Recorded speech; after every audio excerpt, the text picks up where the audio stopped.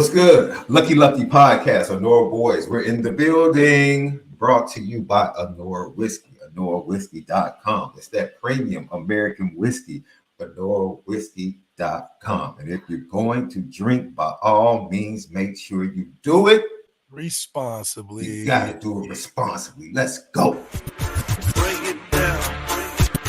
Bag it up.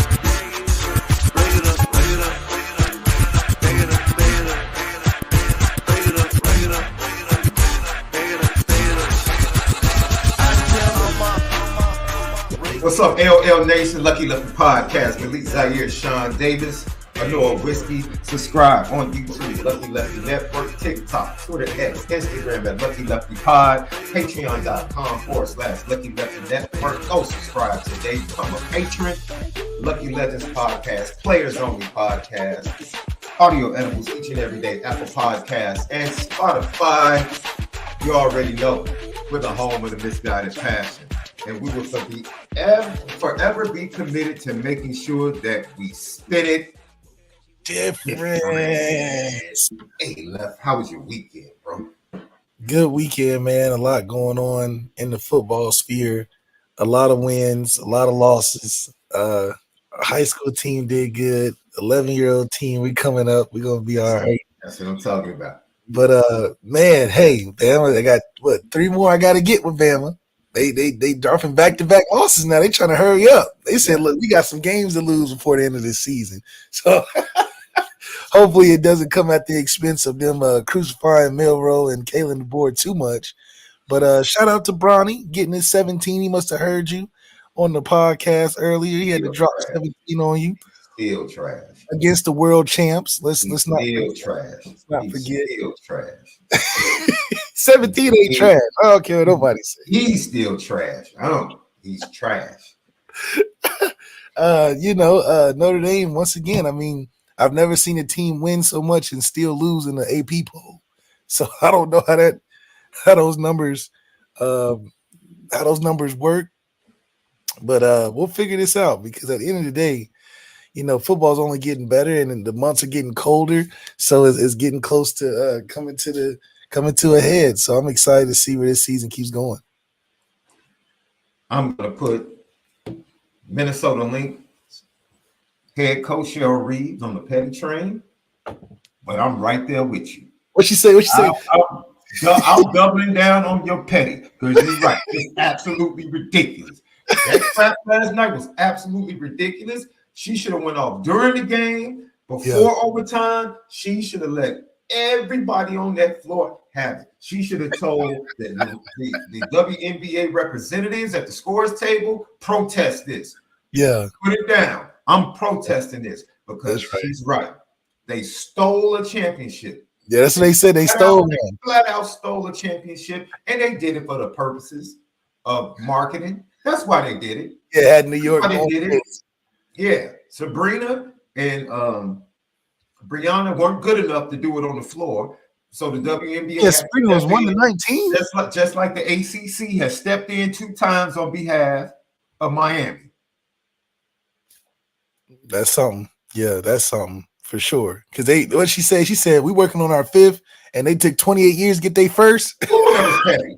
Ooh, that was super petty. I loved every minute of it. And she's fresh off coaching the Olympic gold medalist. And she ain't letting it slide at all. In her rights. No. She definitely was giving backhand compliments the whole time. She said, I guess y'all can have it. I mean, y'all stole it from us. Okay.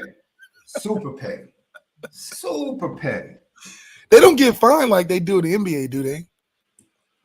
She didn't care.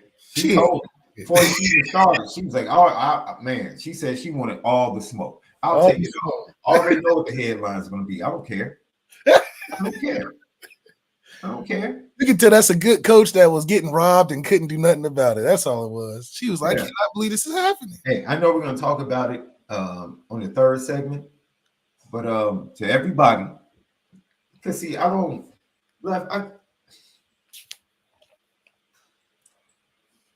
people, especially Notre Dame fans, sometimes we can fall into this malaise of thinking everybody either is supposed to be like us or they're not like us. but then we want to point out that they're not like us. Mm. The Southeastern Conference doesn't give a darn about degrees. No. They don't care about arrests. No. They don't care about any of that. All they care about is football and winning and losing. That's it. So when we sit back as Notre Dame fans talking about, oh, their program is so this and that, they don't care. They don't care. They don't give a damn. They don't care. Only we get upset like that's a badge for us. Like, Yeah, see, stay on a moral high ground. And then they sit back and say, yeah, y'all ain't won since 88. Now, y'all can have all They like all that sounds mighty good. stuff. All that sounds good. We got championships over here. Now, I'm not saying I want the other side, but I want a piece of the pie. And can we win? And then stand on the moral high ground. See, that's the thing. Yes. We got to win, then stand on it. We we looking down when really looking up. Can we pay a little extra something, or can we offer a little something? That's a whole nother conversation. And we got it. The thing is, we got it. It's there. It ain't like we got to go fundraise. We got it in the bank. So just that's But I say that to say this, and we'll dig deeper into it. For all of you that felt like you had a shovel with Kirby and his crew in the grave, ready to throw dirt on them, laughing. The boys came out playing football. And what Kirby say? They tried to steal it from us. They gave us back. Oh, yeah, that was ridiculous. If you got the guts to make the call, stick with the call. Stick with the call. Yeah. It still ended up in an embarrassing blowout. Still ended up in Texas at the crib, regardless. Didn't change a thing. And that's why I say we're going to get to culture, right? Because I'm going to ask you in the third segment. Culture versus player. Culture versus player. You had great examples. Because you can talk about culture.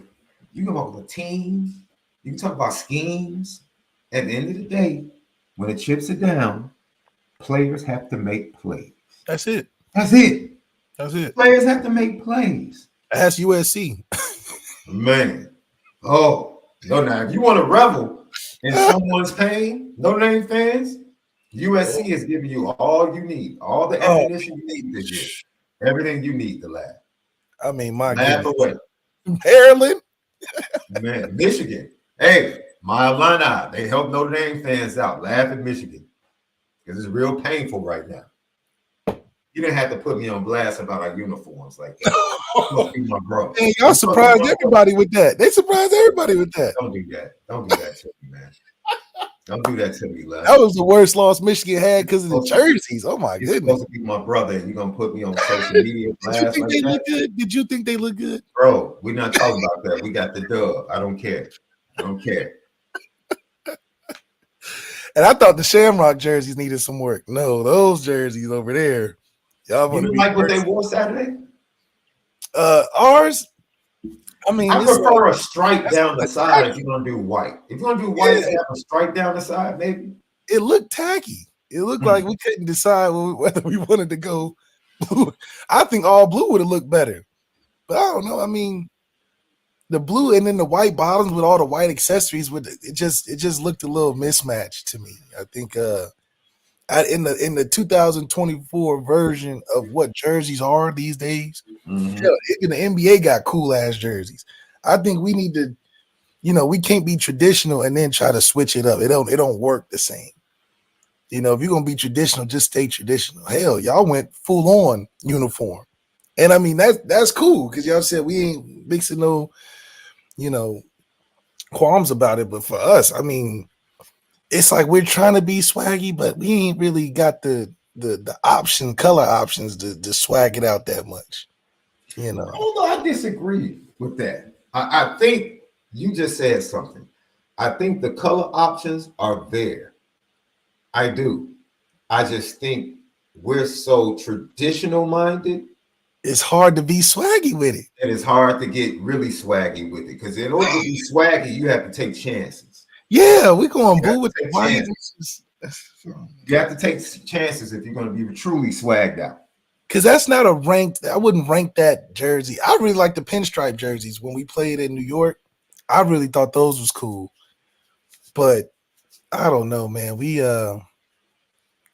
gotta get a creative director in that department. Probably call somebody from Chicago. Kanye come up design a jersey for us one time. You know. What you said you had to come to Chicago for that? No, I said go to Kanye in You Chicago. didn't say you didn't say Dayton. You didn't say Dayton.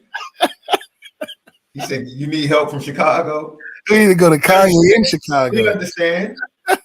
We understand. We're here for you. We're here for you. I mean, I'm just saying though, but it just, I mean, you know, we look good, but it's like, damn, I wish we could coordinate a little bit more. You know what I mean? Look like our first time trying to switch it up and be different. You know, but at the end of the day, getting dubs, everybody looks good. What it says, not an ugly billionaire in the world, and it's not an ugly team that gets a win. So let me tell you something. Notre Dame, they get the victory. I don't even count that last touchdown. They covered in Vegas. That's number one. We're doing good at that these days, covering for Vegas. Usually we the biggest under team in the country. But what are your takeaways from what you saw on Saturday? Dominant defensive victory over Notre Dame. Yeah, Al Gold hitting us with that.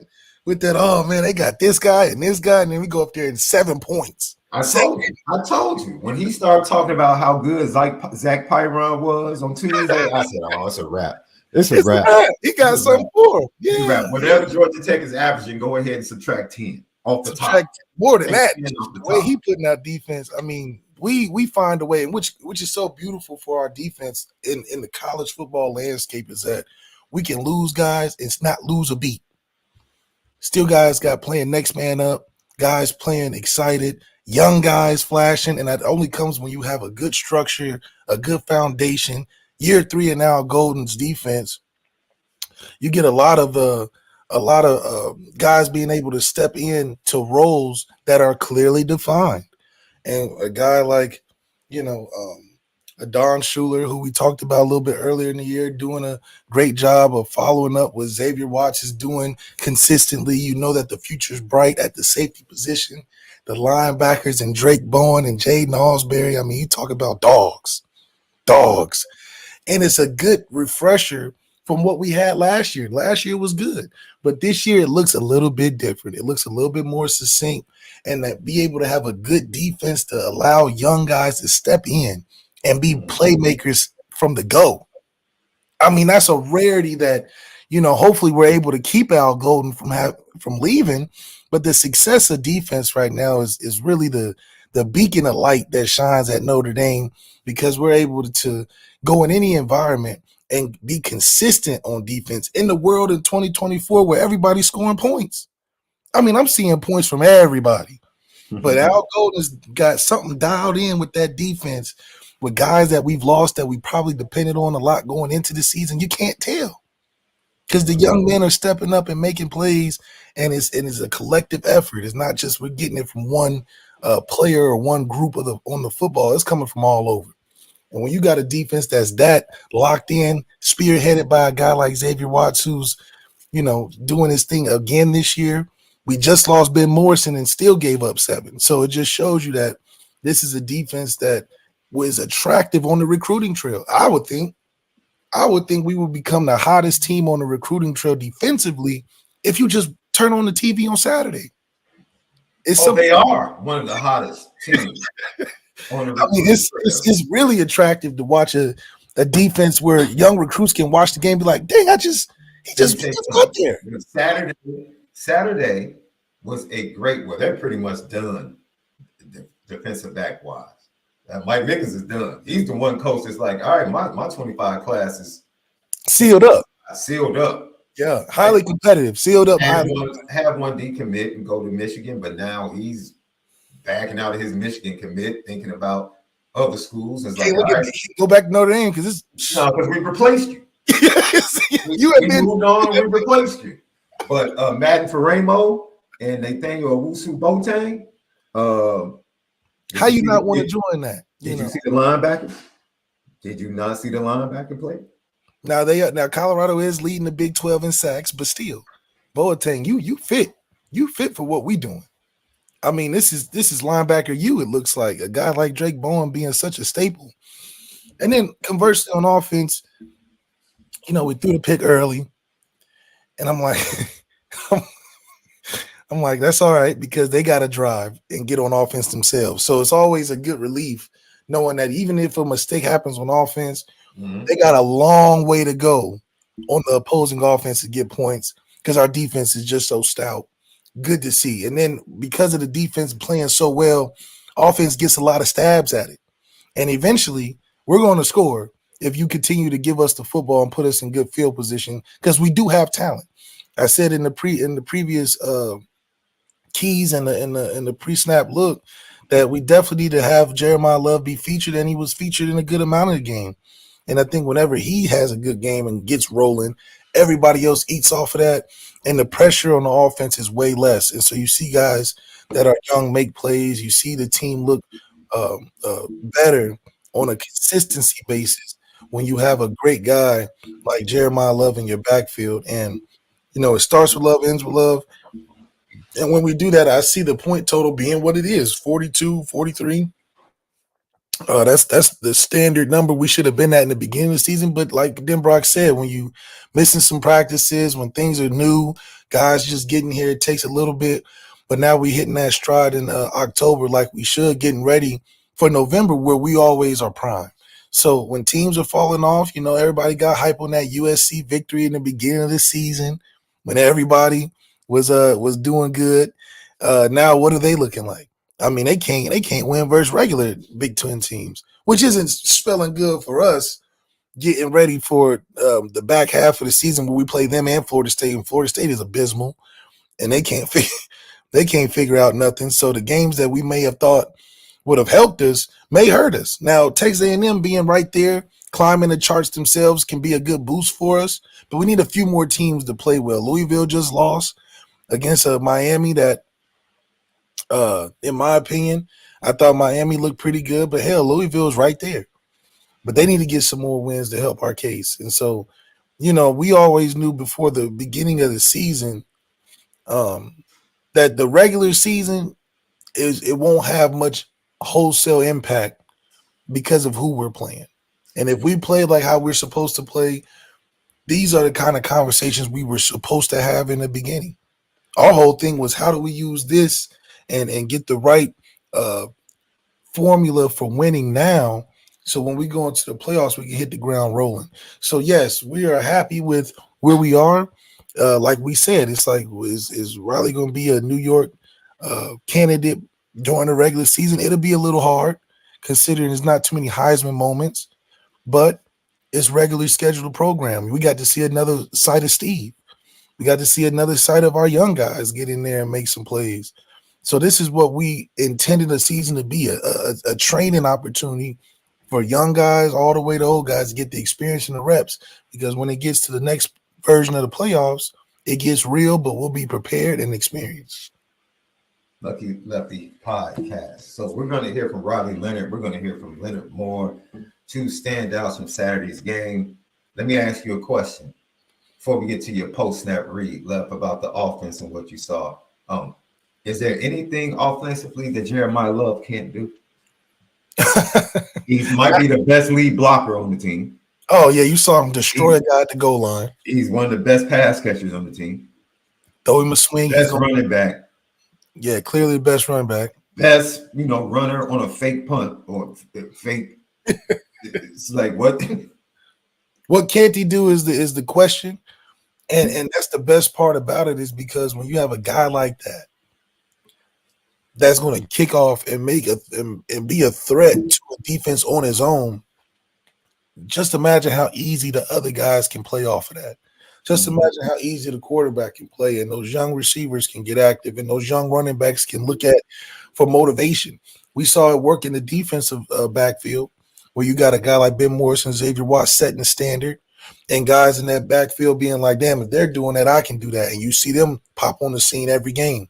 Same thing for the running backs. They see Jeremiah Love in there saying, oh, you can do all that? Oh, well, let Aeneas Williams get a stab at it. Let Keedron Young get a stab at it and have the confidence to go in there and run the football like a madman. Jadarian Price does a good job of getting in and filling in those gaps. So that running back room being a standard is apparent, and I think it's only going to be more infectious for the rest of the offense. That offensive line is going to get a little bit better. They did a little bit better holding up, but at the end of the day, we are overwhelming for some of these teams that we're playing, and I think it's more of a recruiting thing than anything else. But it's showing that when you get waves of guys that can come in, it can make it hard for a team to last all 4 quarters. A lot of teams can stick around first too, but hell, you're going to get tired. And we get stronger because we got more guys to throw at you. That's the thing. And I think that's unique about us opposed to anybody else when it comes to beating us. If you don't get on us early, it's just going to be hard to last all 4 quarters because we're just going to get stronger. We're going to throw more guys in there that's going to make plays. You can turn around and be like, damn, I thought we had them in the bag. And then you add a great defensive coordinator, great offensive coordinator that's going to get guys involved like Jim Brock and Al Golden. You're going to have a good opportunity to win some games succinctly towards the end. So, yeah, it was a little rough in the first quarter. We love to do that. But we finish a lot stronger, and I think that's what makes us more viable to be a dangerous team heading into the playoffs.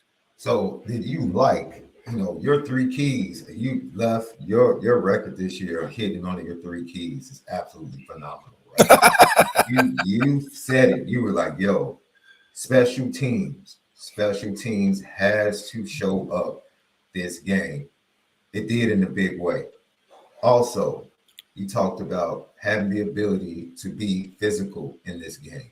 You have to run the ball. Notre Dame did that against a team whose whole basis for what they do offensively comes from the run. And then you talked about let's keep the momentum going. Hold them under, you said 115 yards rushing. Notre Dame held one of the best running backs in the nation. They held him, man, significantly below his year average. And what they did to the run game. 64 yards. 64 yards is good. I mean, so, hell. If Notre Dame is going to do that, but we have to tip our caps as much as we got on them early in the season. What we've seen 3 consecutive weeks from Riley Mills and Howard Cross the third left. It's like, okay, now that is representation of leadership. Yeah. That's how you lead. That's the level you play at. And if they continue to do that, that's going to be needed going into this matchup against Navy as well, because you have to take that dive away. And if you take that dive away and make them a perimeter run team and passing team, which Al Golden, I'm sure, will come up with a scheme to do, Notre Dame's going to have an opportunity to once again win a game by double digits. Notre Dame's going to be favored by double digits against Navy. It's funny because this is good practice for these Navy teams and these academies. Talk about it. What they face against Georgia Tech, I said it was a good scrimmage to prepare. Good scrimmage, right? Good scrimmage. It's the same thing. Lots of motion. Yeah, I'm more worried about. We don't play. No, we play Navy at MetLife. No, I'm saying we play 2 schools, right? We play Navy and Army, or Navy and Air Force. On the road. I believe Navy's at MetLife, and then they play Army at Yankee Stadium, I believe. Okay, I'm more worried about Army than I am Navy, even though they both have done some good things. That quarterback at Army is pretty special, and he's played pretty well. But I do believe that, like you said, this is great practice. Maybe not the full thing that we're going to get against those 2 teams, but it just shows that, one, we can learn on how to have a good game plan. The game plan of being able to take away a team's best attribute, and for us to be effective with it all game throughout all depths. It's not just a Howard Cross and Riley Mills get it and then our backups have struggles with it. The whole defense is doing a good job of executing that game plan and being fundamentally sound, because that's really how you beat these triple option teams, is being fundamentally sound, being gap disciplined, and being able to make tackles. And the one thing about our defense, especially those linebackers, that I believe is a little different than last year, is that we're physical. We're trying to tackle. We're looking to bring the guy down and not give him yards after catch. It reminded me a lot of watching Georgia versus Texas. There was a lot of times when Texas throw that football, run that ball, Georgia's bringing you down. It's not no run after tackle or none of that. They probably had the most targeting calls on good tackles I've ever seen. I mean, Georgia was rocking them boys. Yeah. And they had to go back to the camera and say, was this target? No, it was a great hit. It was a great hit. And that's a lot of what I'm seeing from this Notre Dame defense. We're not a team that's going to arm tackle you. We're putting bodies on the ground. And that good discipline is going to be great going against a team that that's physical themselves. I mean, these are the servicemen. These guys are willing to die for every play. They're going to keep coming for 4 quarters, bro. That type of commitment. We have to match that intensity, and then we're going to beat them with more talent. That's the strategy you always think of when you talk about us playing academy schools, that we know we got more talent, but we have to match that physicality first, which we've been doing week to week. We've been getting better at it. Week to week, we've stepped our physicality up, and it's only gave us more confidence defensively to create more turnovers. So I believe our physicality is going to match Navy and Army, but then the turnover battle is going to be important too in terms of stealing some possessions and allowing our offense to be in position to score more points, not necessarily having to win it themselves, but our defense putting us in the right spot, giving us good field position, making it a little easier for our offense to put stress on their defense, because I still believe that Jeremiah Love is one of the most electric players in the country, more consistent than most players have been outside of Ashton, what's his name, Ashton Gentry or whatever his name is. Ashton Gentry, which in my opinion, you give same thing Travis Hunter said. You give Jeremiah Love 95 touches. What is he going to do? What is he going to do? Let Jeremiah Love have the same. Let me ask you a question, Love. Because people thought I was being a little extra on Saturday on the post-game show. Jeremiah Love, if I'm not mistaken, has 17 touches. The most creative touch they had for Jeremiah Love was actually the fake punt. Yeah, I mean, we're straight-handed. We're not doing nothing. So to say we're giving him 17 touches, we touched the ball 17 times. How is he touching it? Where is he touching it? I'm not worried about the touches.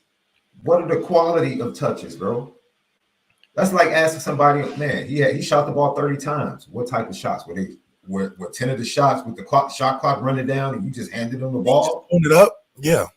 It's like at least 5 touches per game. He runs the ball right into the middle of the offensive line. That's what I'm saying. He's so good that we felt like we don't need to be creative. We can just hand it to him. He does everything else on his own, which to a fault is not good enough when you're playing better teams, because when you play better teams, you got to scheme your guys open a little bit more.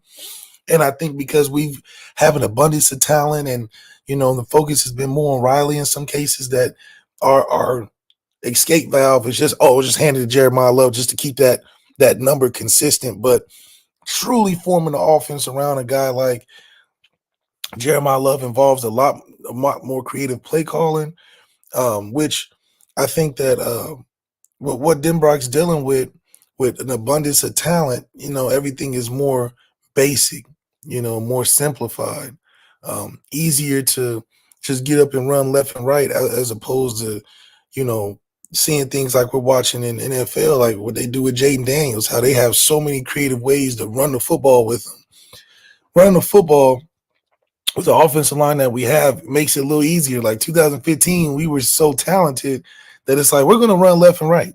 We don't have to get too cute, because you can't stop it when we do go left to right. And that's sort of the mentality that they have with Jeremiah Love, is that, listen, if we get him on the outside, good luck. Now, scheming him to get on the outside, why do we got to get that challenging until it doesn't work? So I do think whenever we get closer to the playoffs, there has to be a sense of how do we make our X factor a featured role through game planning and scheming them open. It would be nice to see a Jeremiah Love get something in the open field, because we scheme that way to him, and then he takes the rest on his own for bigger touchdowns and bigger gains. He's getting big plays and big touchdowns after running a guy over, making a guy miss, outrunning somebody, always having to do a little bit extra. I mean, it looks good for his film, but I'm not going to say a real offensive coordinator. Some offense coordinators would say, okay, let's not make his job too hard. How do we surround him and make him better, like how we do for Riley? So obviously that's nitpicking because we win the game, and we've been winning games. So, you know. No, we don't do that nitpick stuff. Hey, this is where you're gonna get the honest thoughts. It's honest though. Win or lose. I don't care if we win or lose, dude. It's things moving forward. Because what did we say all year? This season will have zero to do with the quarterback. Zero. This is a culture-defining season.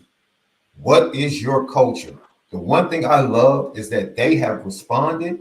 Last year was Notre Dame isn't prepared when they go on the road. Yeah. And when they start slow, things snowball.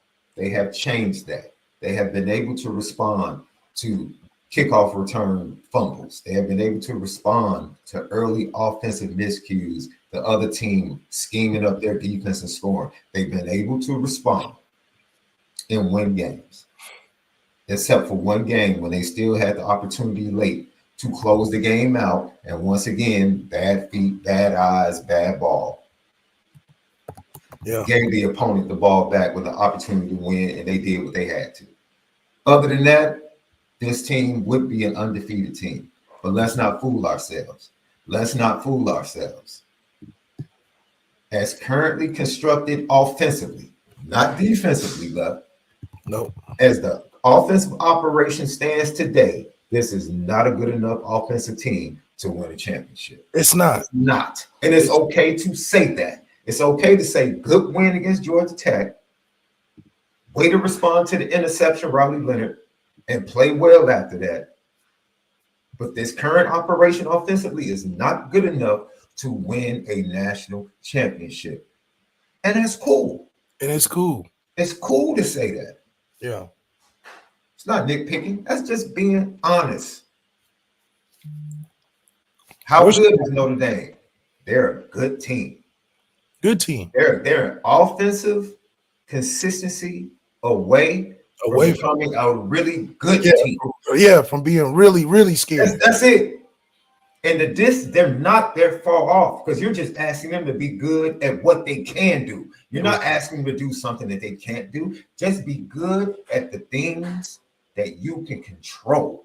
Because we're not missing pieces. It's not like we're missing a receiver or missing a run game no, we just have to be able to find things that we're really good at, things that mainly our quarterback is confident with. Just like Texas says, they run the same things out of different formations. They're not recreating the wheel. So for us, it's not so much of finding plays that we need to run. It's just, okay, what can we hit on, knowing that these are the certain things that we're good at, and just execute that at a higher level. Yeah, we have times where more is to be desired at offense, just like a lot of schools. But with us specifically, because of our defense playing so well and so succinct, you are. That's all we're saying. The defense is playing so high that it is a clear, distinct difference between where the defense is and where our offense is. We're just asking the offense to just raise a little bit more.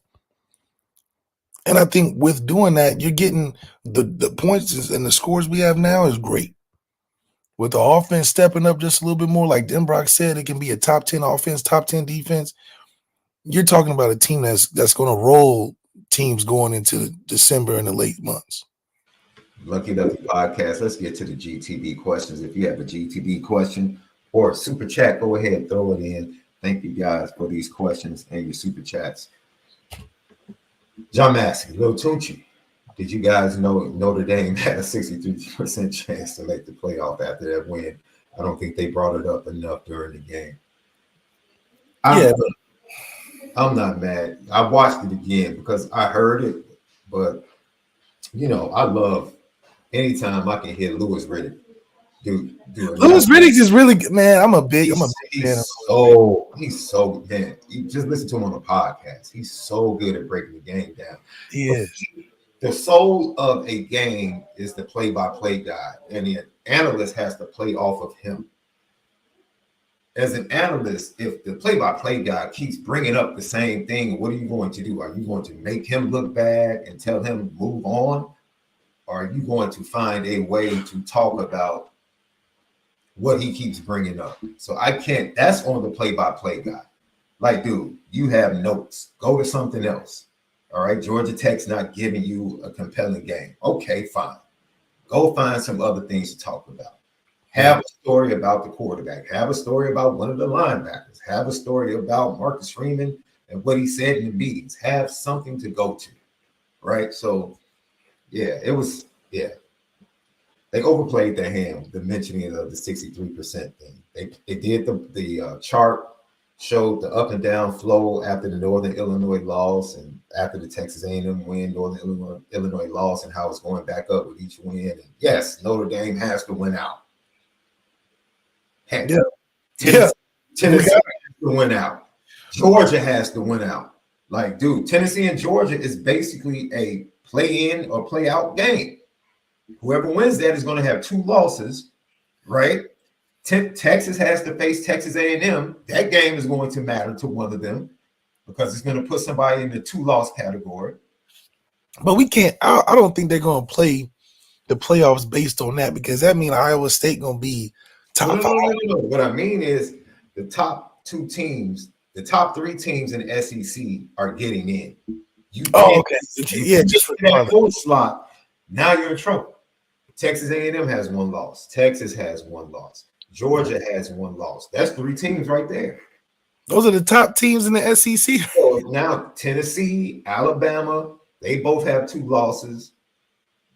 Texas A&M has 2 losses. No, Texas A&M only has 1 loss.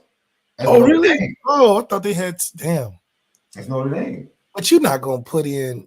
Tennessee got to make it. You know, and then you got Ole Miss. Not if they lose to Georgia. LSU's in there. Ole Miss is in there. LSU still has to play Georgia. LSU still has to play Tennessee. This is about to be carnivorous in the SEC. Dude, they're about to eliminate each other. But how can they? But then who you gonna have if they eliminate? I'm just trying to think. 12 teams, a lot to fill. But you're basically saying 8 spots are for the SEC and Big Ten, right? Basically, I expect 8 spots are for the conference. Yes, guaranteed 2 slots for each big Power 4 conference. They gotta weigh in the who they lost to, right? They're gonna weigh that in. You can expect the SEC is going to get a 3rd team. The Big Ten is going to get a 3rd team. The ACC won't get a 3rd team. They will probably get Miami and Clemson. Yeah, Miami, Clemson. If they don't lose before they meet each other. They gotta play. They gotta play each other too. Yeah, no, they'll meet each other in the championship game. So if you lose in the championship game, more than likely you're still going to be in. Yeah, they'll just be at a lower seed. So that means no, they ain't. We're in a position where we have to win out. There is no. But at the same time, we have the schedule to win out. It's not like we're like a Georgia that's got to still, even though they beat the number 1 team in the country, still got to go and play Tennessee, still got to go and play LSU. So we don't have nothing like that, which I think is good and bad. But I do think most of the playoffs are going to be 2-loss teams. I don't think there's going to be too many 1-loss teams going into this playoff. Only one that has to be is us. We don't have the strength of schedule to get in, and with the rules being what they are. I would make a strong bet that Oregon would be a 1-loss team. After beating Ohio State, I don't see another Big Ten team beating Oregon. I don't. Ooh, not Michigan. Illinois. I don't know if Penn State might be a 1-loss team. Penn State, they play Ohio State. But Penn State could be a 1-loss team going in. Well, you know how Penn State is. Ohio State plays Michigan at the end of the year. Michigan always finds a way to. Yeah, I mean these games. And this Michigan team is bad. Their quarterback situation is bad. It's really bad, real bad. But no, I think overall, that's the LL question of the day. How good is Notre Dame? How good is make your own poll. Where would Notre Dame rank in your poll? How good of a team is Notre Dame? LL question of the day. We'll get to your comments a little bit later in the show. Another GTB from our guy John Buffalo, the motivational business banker. Thanks, John. Does the national media see Notre Dame as the second best college football team in Indiana? Man, stop playing. Oh my gosh. Now, Indiana's playing well, but come on now. Well, he said not us. He said the national media. I don't think the national media sees. IU's playing well, but great job. Great job. This is smart. He leaves where he's from, but he brings his best players with him, especially defensively. So now he's installing his culture, and he has people that he can trust to take his culture out there on the field. Yeah. And he implements that with the playmakers that were left on the roster. In a conference, the Big Ten, we've always said the Big Ten was top heavy, right? Very, very top heavy. Very top heavy. But I would honestly, USC has been exposed like crazy, bro. Well, we knew that was going to happen because they don't recruit like Lincoln Riley. You need to get off the beach recruiting, bro. You need to come out of the state of California because the boys are not built like that out there. No, they're not. And that's what we knew they was going to have struggles because they still not going to get big enough players. They don't have big enough players. They got a lot of finesse players at USC, but they don't have big enough players to hang with these teams that may be middle of the road but have a bigger roster than you. And it is apparent every game. You know, it's apparent every game. And Maryland, no fam. Maryland and Minnesota? Yeah. And maybe they try to consider the travel being a big thing and all of that, but still, like, IU's traveling, and he said, we'll leave the night before the game. How about that? Well, IU coach said, he said, I don't do all that other stuff. We'll leave the night before, get in Thursday night, and show up and play football. He ain't finna. Baby girl doesn't even pick up my phone calls on Saturday night, bro. Can't. How can you? No, I talk to her on Sundays after church. She's like, can't explain them losses. Mm-mm. And Lincoln Riley up there every day looking pitiful at the press conference. That little table they always give him. They always give him the tiniest table with the background. The worst house game budget. The worst. Like, where are they filming this, in a closet? That's that's like the post game spread in the locker room being charcuterie boards. You know what I mean? Imagine that coming off the field after playing 60 minutes. Salami and cheese. Yeah, salami and cheese. Some rich crackers. Throw some olives on there. And you like, what the heck? Yeah, that's how they do it for sure. So I don't. They got USC has to become a Big Ten program. I don't think they're a Big Ten program right now. They're living off the Pac-12 beach vibes, minimalist type of lifestyle. No, it's the Big Ten. You got to get big. Everything got to be big. Post-game conferences got to be big. Yeah. Your presence has to be big. Your rosters got to be big. They living on, rabbit food in Hollywood. It's just not going to get it done. Not going to get it done. Rabbit food in Hollywood. Lincoln Riley got it. I'm telling you, man, he's got an actual USC program right now. Man, seriously. And recruiting Big Ten guys is a different vibe. It can't just be straight finesse and offense. You get 2 or 3 players that are like that, but overall, it's hard to compete when you just get out physical. That's all Maryland did. They just stayed with it, kept hitting you, and eventually, the tides turned, just like the Penn State game. Y'all was up 14 until Penn State realized it was like, well, maybe we could just wear them down, and that's all USC has been getting done to them, is getting wore down, can't finish. That LSU USC game was the Super Bowl for y'all apparently, but it's a tough business out there, man, and I love the fact that college football is so even these days. Is that, man? It is. Truly, before we get to Marcus Freeman, I have a question for you. I'm very interested in hearing your answer. I thought that the expansion of the playoff would ease the tension for teams. It seems to me that some teams are playing more uptight. Like, even though the playoffs have been expanded, it seems like the better teams that normally dominate, it seems like they, for some reason, I guess, It's just strange to me. Well, it's hard. I mean, the expanded playoffs would definitely impact recruiting and definitely widen the gap. That's what I thought would happen. Oh no, it's too hard. I mean, winning is hard, and coaching matters. It's emboldened the middle class of college football to say we have a chance. Yeah, because coaching matters now, and you see teams get outcoached every weekend. Facts. Lincoln Riley gets outcoached every weekend, and it matters so much now because you're not getting these break games. The scheduling in the SEC is you shoot. This is dog eat dog. So before you could take a week off. Oh, we got 3 games we can add to a schedule. We can boost our schedule and jump into conference play. Hell, they was playing conference games in week 3.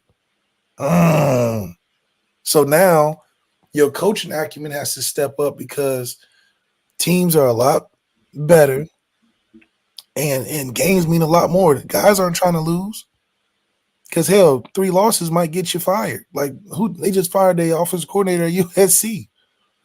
Hell, it's, because you have to build for sustainability, whereas before people relied on recruiting. You out-recruit the next team, and the talent prevails. Now, talent's a little more even. Coaching situations got a little tighter. So the coaching acumen has to come through, which you see a team like Vanderbilt, who may not be as talented as an Alabama or an LSU, but you watch the game breakdowns. These young offensive coordinators like, okay, I see what you're doing. We counter with this. And there was no adjustment on Kalen DeBoer's side. I'm speaking Vanderbilt Bama game, and they got taken advantage of. Where before Alabama just overpower you. Well, we just got D-line that's just gonna get back there. Now what? But because everything is so creative, which we talk about the difference between Vanderbilt's offense and our offense, we're very basic when we come to scheming and playing defenses. Vanderbilt was doing all types of pulls, fake pulls, counters, putting guys in conflict positions, things that as a defense you gotta have eye discipline, and it's hard when every week something new is coming about, a trend is happening, and you can really appreciate that about teams that know where they're bad at, or not bad at, but know where they're lacking and can cover it with a game plan that fits and it works, man. And it's good to see just the overall prowess of how college football is working, and it's exciting, man. It's really exciting to see how the season's going to end. And every week there's matchups where you're like, damn, first it was Georgia, Texas this week.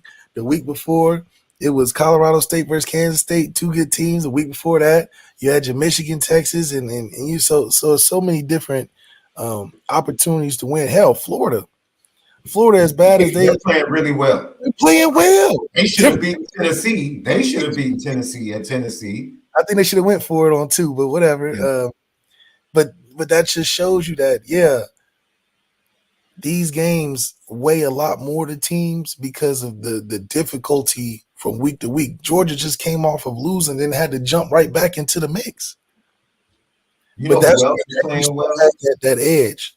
You know who else is playing well that you need to watch in the second half of the Big Ten season? Aiden Childs is getting better. Michigan State, yeah, Michigan State. They have a really good coach. Michigan State always plays tough physical defensive football. Aiden Childs is starting to put points on the scoreboard. I don't know if you want to play Michigan State in November. No. Penn State, in Michigan. Yeah, they was doing something with Oregon until they had a couple turnovers. Right. Like in the red zone. It was like got overwhelmed a little bit after that. So yes. But they was wearing Oregon down, walking them down. The next 4 weeks, dude, Miami has a cakewalk schedule.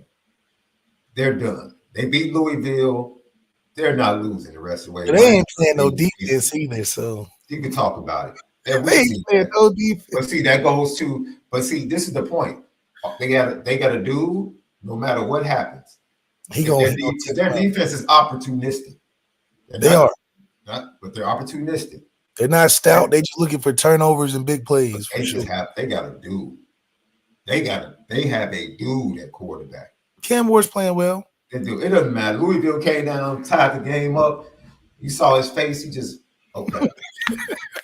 Because he know what he's going against. You know what I let's mean? just do it. He is absolutely, man, the Heisman is over, in my opinion. It's over. Well, who you got? Cam Ward. What do you mean? Oh, I got Ashton Genty. No, sir. Nah. No. He got Boise State top 15 right now. Yeah, if he puts up over 2,000 yards and they stay in the top 15, yes. Yeah, yes. It looked like he. All I'm telling you is Cam Ward is doing things. Cam Ward doing it, but you also acknowledge that it's not against anybody. You know, we know that. I'm trying to make our boy Roosevelt feel good, man. We know that. That's why they should do the award after, like during the playoffs. You know, like make it an end of the year award instead of a regular season award, because Miami can cakewalk as opposed to where Colorado got to win some things and what's the name? Boise State got to win some things. But you see, this is the thing. Genty has the stats, but in all honesty, has he had? Give me his Heisman moment. Shit, the fact that he's scoring on first play drives, 60-yard touchdowns on the first touch, that's pretty damn good. So now I'm looking at it from, because I know how the national media, which is going to be twisted towards a Cam Ward. It is. It's going to be twisted towards him because he has multiple Heisman moments. Against teams they should beat, though. Heisman moment came against Cal, though, even though. No, the Heisman moment against Virginia Tech, the throw with his left, he has Heisman moments, game-winning drives, right? He does. And based upon the way their defense plays, he's probably going to have even more opportunities to save games moving forward. So it's going to be interesting. It's a two-horse race. Everybody else can follow back. You don't think Travis is in it? No, not anymore.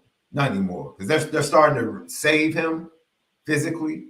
Like second half, they got up on Arizona. Prime said, rest him. Yeah. Rest him for next week. So, no. Before we get to Marcus Freeman, Syracuse plays Pittsburgh. Pittsburgh plays SMU. Then Clemson plays Pittsburgh. No, the next 3 to 4 weeks, that round robin in the ACC to see who faces Miami in the championship game is going to, because Pitt is undefeated. We forgot to mention that. Pitt's still undefeated? I think so. Is the ACC top heavy more so than the Big Ten? Probably. I mean, SMU, Pitt, Clemson, and they got 4 teams ranked, bro.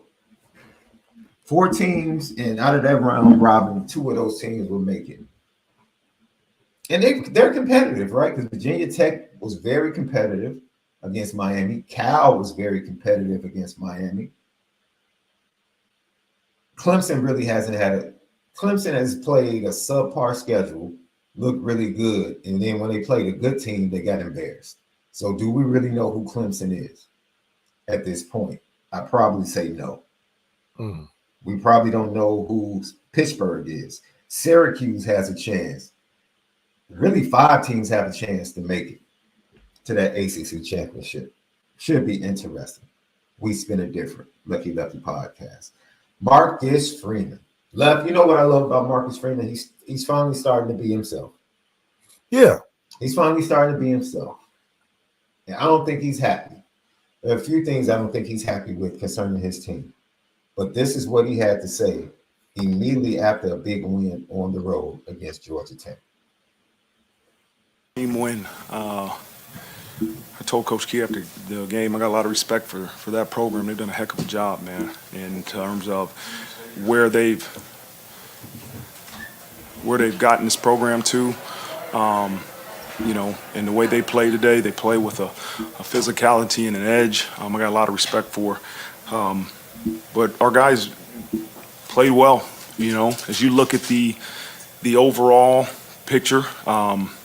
was proud of the way they responded. You go down 7-0.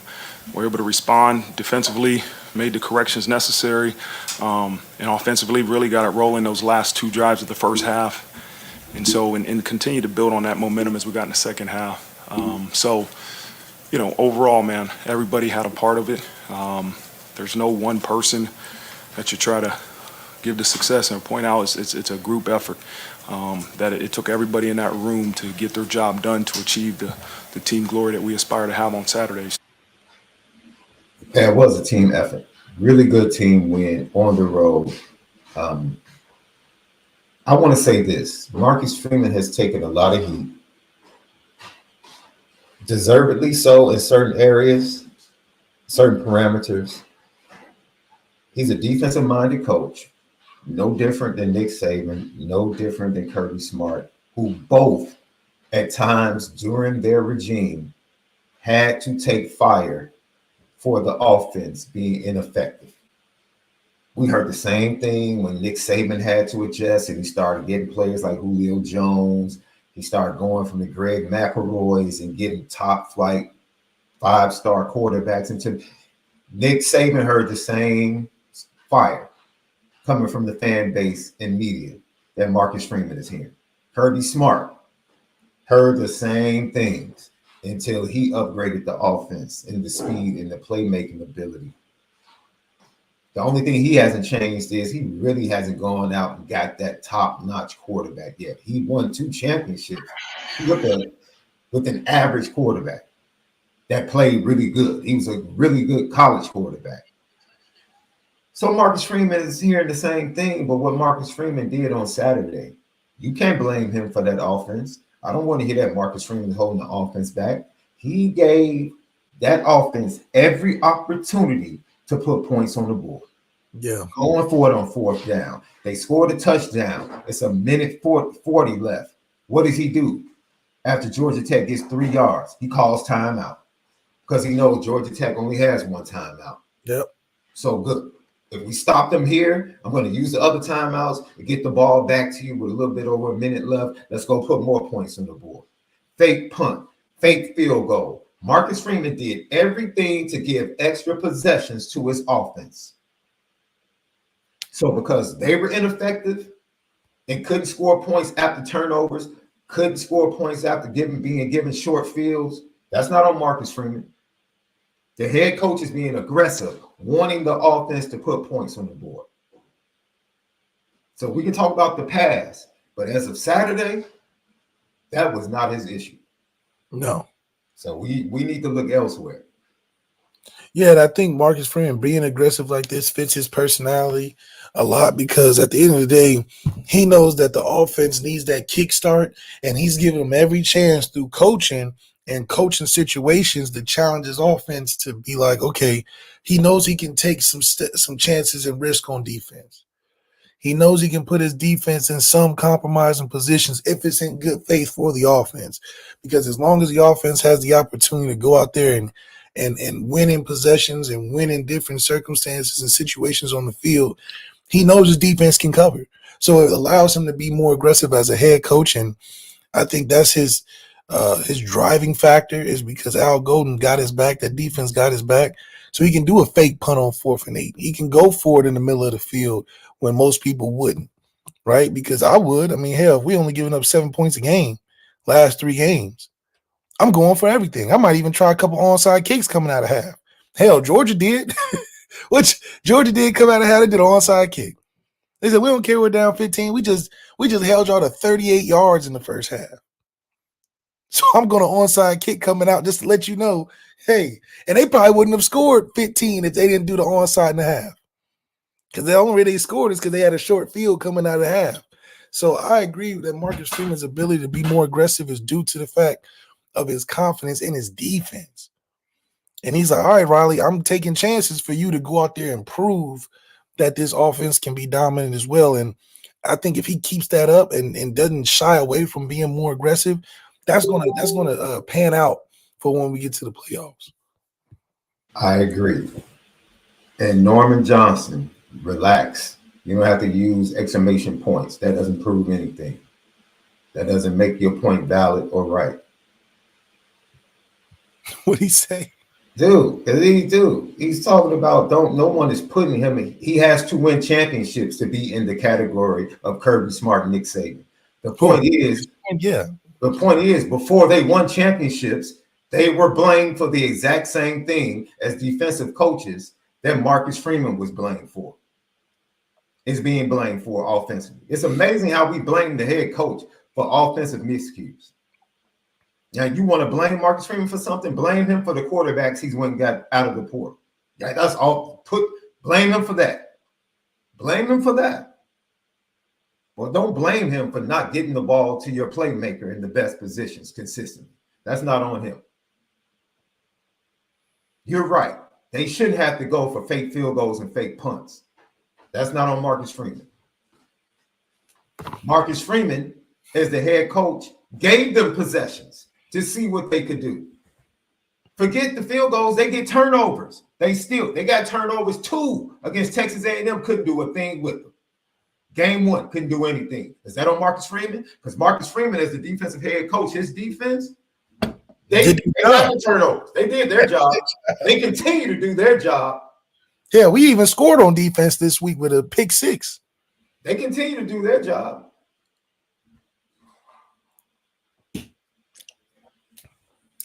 So at some point, like I said, love. That's why I love everything that's happening right now with the New York Jets. Because right now, Aaron Rodgers, you're being exposed, bro. Yeah. You're being exposed. Every excuse is being eliminated. It's the process of elimination. All that remains is you. Well, hold on. No, wait, because you were supposed to come in and change everything. They gave you control. They allowed you not to come to practices in the spring. You said it won't matter. But now you want to throw the wide receivers under the bus. Well, come on now. No. Is he a leader? Is he a leader? Oh, left. Is he a leader? Yes. Question. Yes, he's a the leader. Quarterback the source of a lot of things offensively and team-wise? Is that the case? Yes. What did you do going into 2015, Left? Knowing you were the leader of that football team coming up for that season, what did you do over the summer? Did you go back to Dayton? No, we worked out. We was working out every day. Everybody. Yeah. And who led the workouts, Left? Quarterback lead the workouts. Okay, thank you. Lucky Lefty podcast. But this is Stop. Because you're about to get into that quarterback. Well, you try to protect quarterbacks. Stop. It's not protecting you. Yeah, you trying to. It's hard to place some of the stuff on Aaron Rodgers. Left. Did you see the throws in the dirt last night? I saw the throws. It was throws in the dirt too. Throws in the dirt. I saw wide open receivers with the throws in the dirt. A lot of drops. Aaron Wilson, that interception not on Aaron Rodgers. It was more than that. There was some drops that was. I agree. Guess what though? Guess what? There was some interceptions in the throws that worked. That was on him. Oh yeah, there was some interceptions. He threw a couple that was like. That's all I'm saying. That's all I'm saying. We're so quick to use things that have been said traditionally. Everything falls at the feet of the head coach. Man, stop. Not everything. Stop. Mike Tomlin made a great decision starting Russell Wilson when they were booing Russell Wilson in the first half. Come back and throw a couple touchdowns. You heard what he told Brandon Marshall at the post game, right? That's why I get paid handsomely. That's why I get paid handsomely. Yes. That's why I get paid handsomely. Make decisions that you wouldn't make. Yeah, everybody trying to throw up the Justin Fields game, 10 touchdowns, 1 pick. Absolutely. So, dude, that's why Marcus Freeman gets paid to make decisions, to call a fake punt, do everything he can to get his offense. You know why he has to give extra possessions? Because he knows they can't be efficient enough to score. Not be flat. No. Because if he had an efficient offense, he would be cool with the 4 or 5 possessions. Because you know those 4 or 5 possessions would lead to 20 to 27 points. Lead to points. But because he doesn't have that offense and he knows it, man, I gotta find a way to get him that. Yes. Yeah, 8 to 9. Some steals. Yes. Need to. Yes. I got chances. Translation. I need to give y'all some more shots. Yeah, because we can't go off of just straight punting. No. We gotta go for some things. We gotta fake some things. Yes. Because if we just go straight up, it's gonna be a way closer game than it should be. Lucky Lefty podcast. Marcus Freeman, what's up with the slow starts though? You know, as you look at the big picture, you say, yeah, you start slow and you respond. We just got to continue to evaluate the plays. You know, I think the first series defensively, we had an MA on third down. You know, we didn't execute on that play, which led, you know, to some other things, and they end up scoring. Offensively, you know, I can't remember the first series, but then we throw the interception in the second series. So it's plays that we have to clean up, no matter when they happen in a game. But this group just continues to believe. I told them, man, it's life, man. Life, I showed them a race of a girl running 110 meter or 100-meter hurdles, and she fell over the second hurdle and gets back up and wins. And it's like, that's life. Like, that's a week of prep. There's a week of, it's a game, it's a season. Like, you're going to hit some hurdles, and you got to get up and sprint through the finish line, and that's what they did.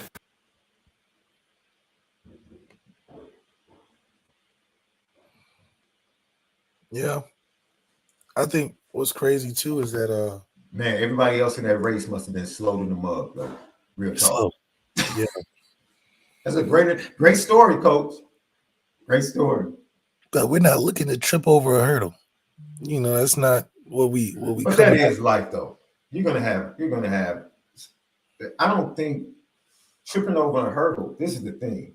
Northern Illinois should have been a hurdle with a W next to it.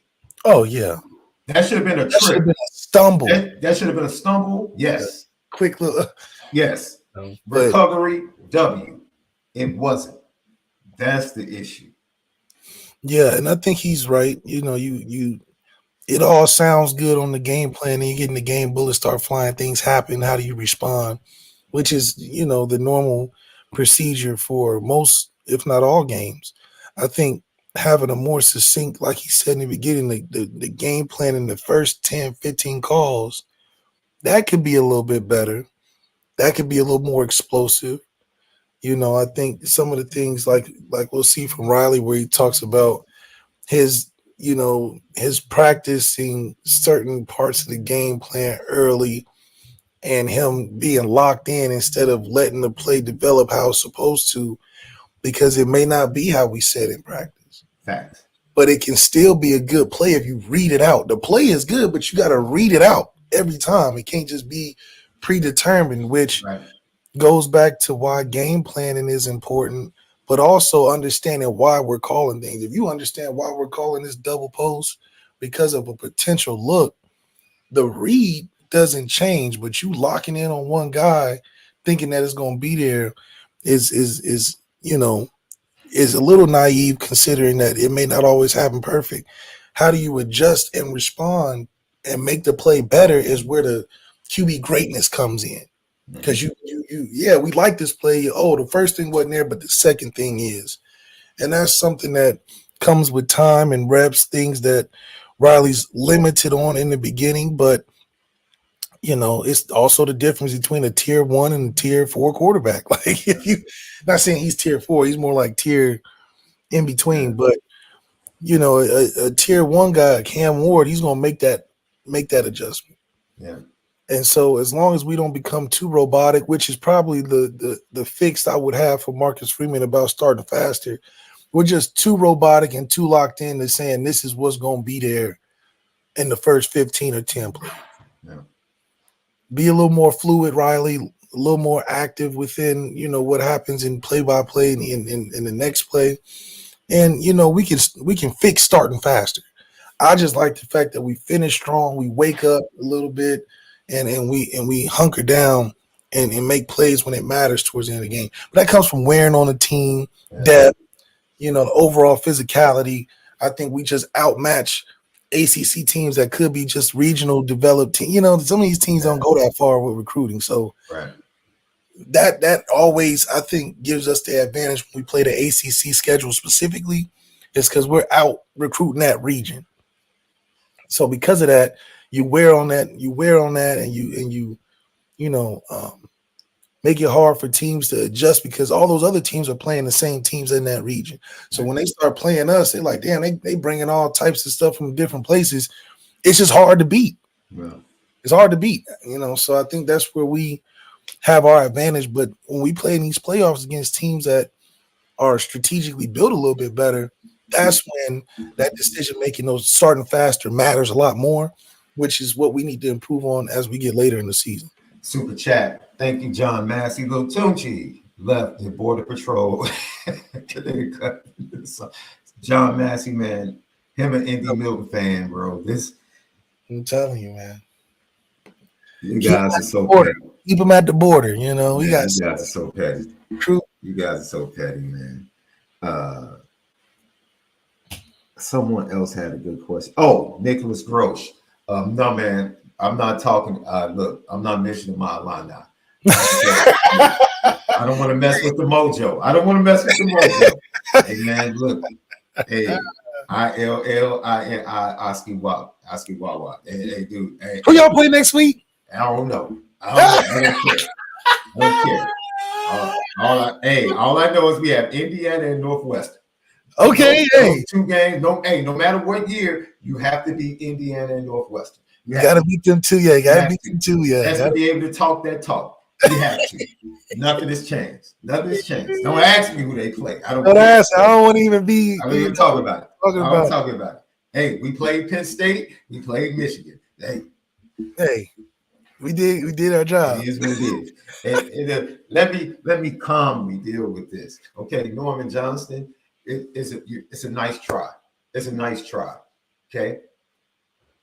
His OC was given to him. He didn't decide on Tommy Rees. Tommy Rees was given to him. Facts. He was hired at the same time. It was like a joint hire. No. Tommy Rees was first.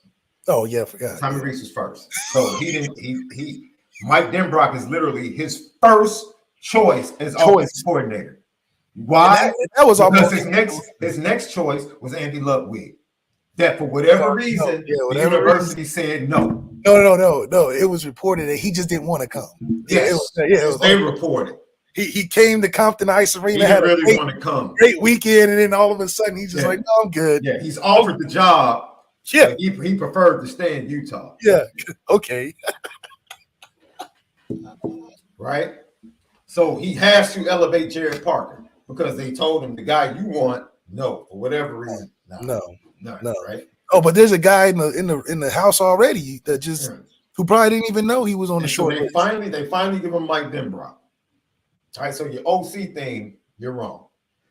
The quarterback, you can say what you want to about the portal quarterbacks. We've said enough for the last 2 years. We've said, why are we going to the portal? Yeah. Develop. Recruit and develop. Stop going to the portal. He's got to put his name on something. And you can't do it at Notre Dame with these one-year transfers. We've been saying that. You're not saying anything. You're echoing the same thing we've been saying. Echo chamber.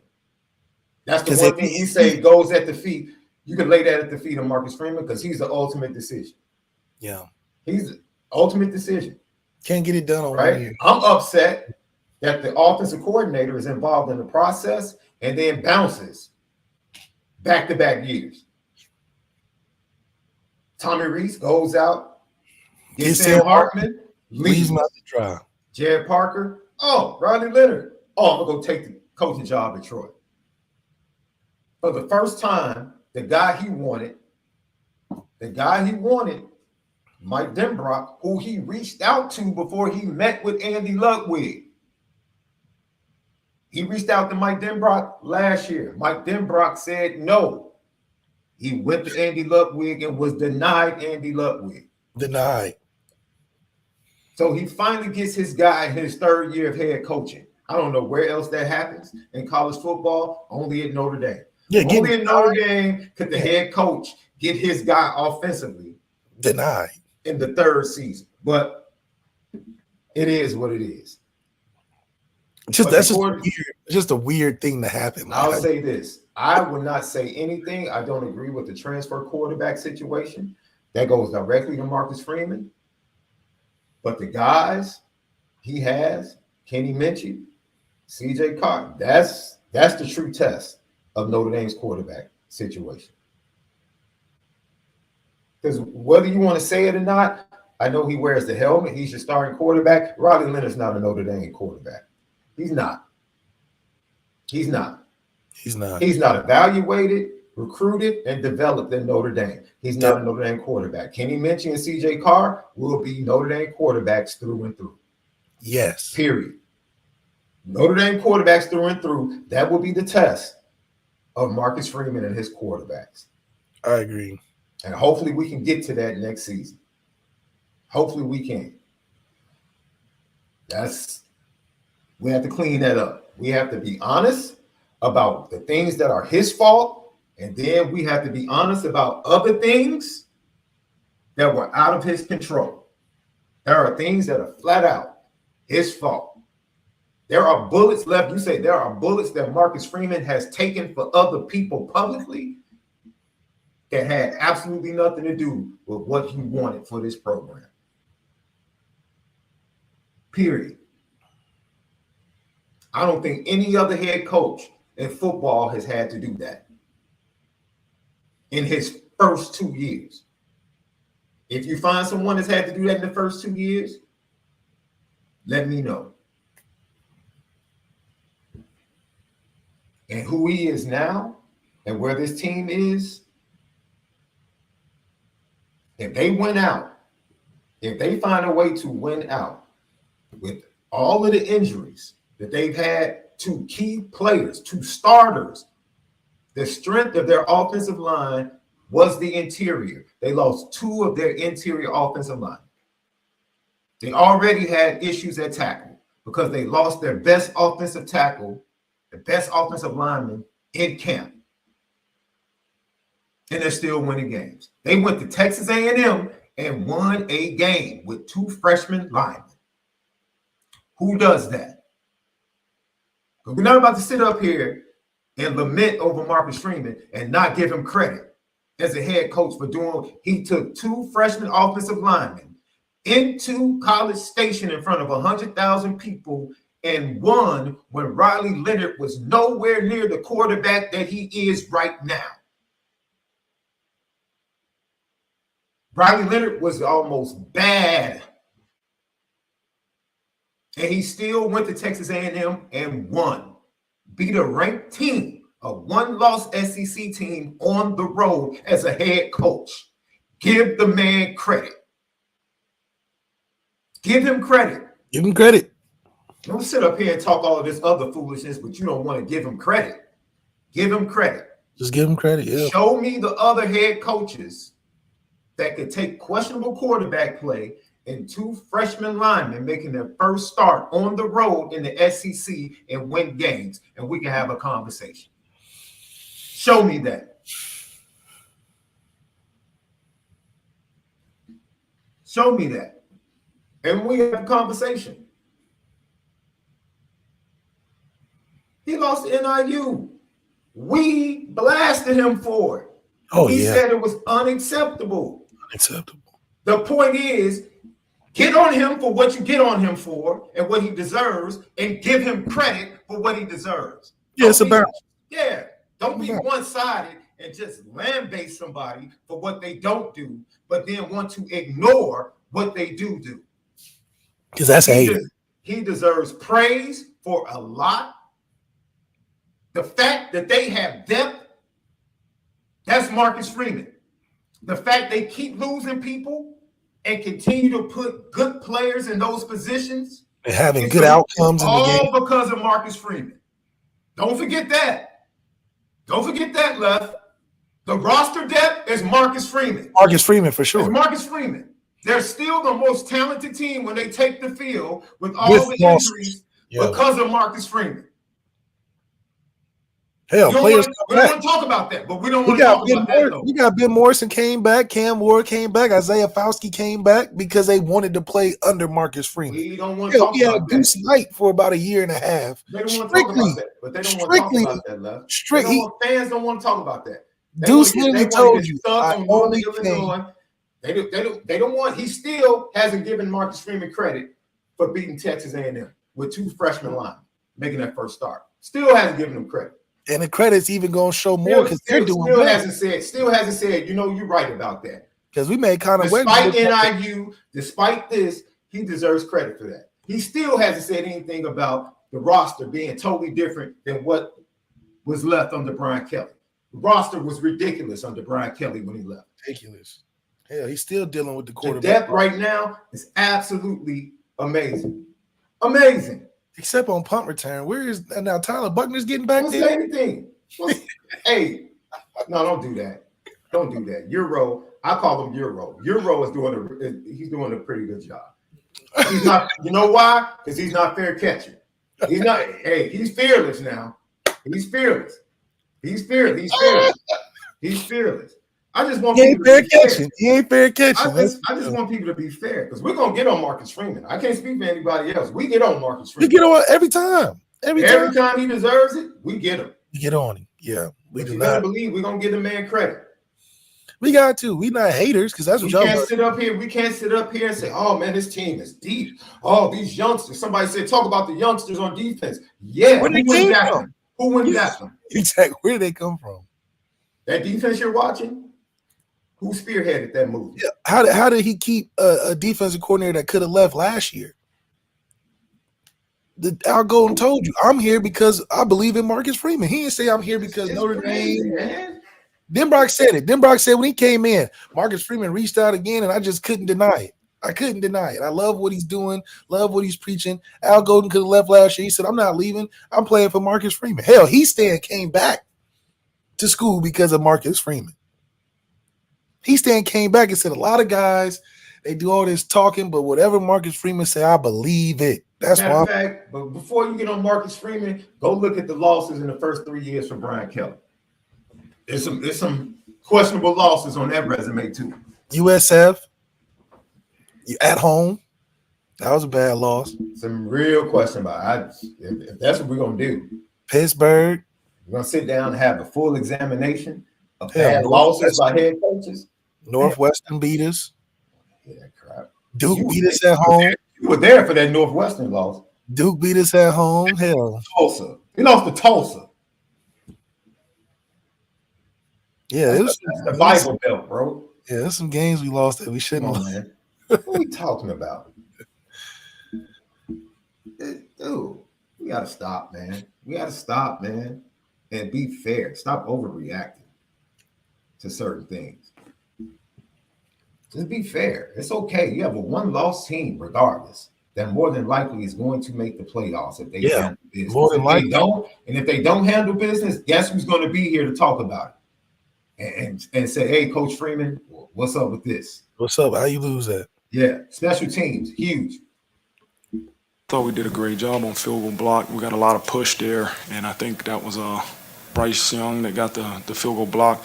You know, we knew going into this game we had to steal some possessions because they do a really good job in terms of time of possession. You know, I think we had 4 series in the first half, and we didn't have a chance to run it, the fake in the first half because I was going to run it because it was more about trying to steal a possession than it was something we saw in their punt return unit. And so we did that. The field goal fake was something we practiced. We thought they were pretty aggressive on their field goal block unit, and you know, it wasn't perfect. We found a way to get the first down. But that was the mindset going to the game. We had to steal some possessions.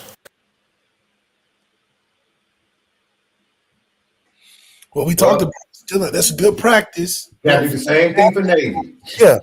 Good practice building for these academy schools, figuring out when to take chances, when to try to steal a possession, what parts of the field can you take more risk at than others.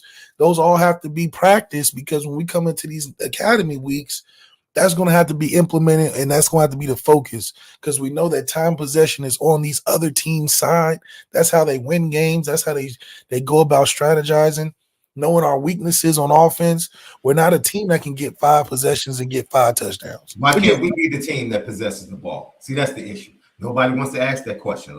Why is Marcus Freeman going for fake punts? Why is he going for fake field goals? Because he doesn't have an offense that can stay on the field. Yeah, basically. So he's like, look, instead of going, hopefully scoring in 5 possessions, if I give us 8 possessions, now we're working with something. Now I have carved out a little room for offense to get warm or to get tighten up or to start faster because they know they're dealing with more time. They can have football, more time on the field to figure things out, get warm, whatever the case may be. That's a coaching strategy.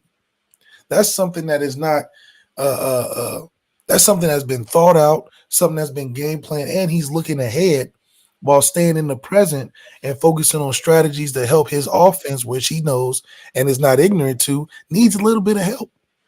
You can only do that when you're aware of what you have on the team. A great defense that can hold teams to under 10 points, a great depth that you can sub guys in and out and still get production. You know your situational special teams. You know how your team reacts and performs throughout the game. I mean, he's totally aware of his situation on his football team, and he plays to that. He's not naive and saying, "Oh, okay, we got Ryan Leonard, we got all this depth, we got all this talent. We can win on the bare minimum." No, he's like, "Let me do a little bit more for that side of the football. Let me put our defense in a good position by having more guys play.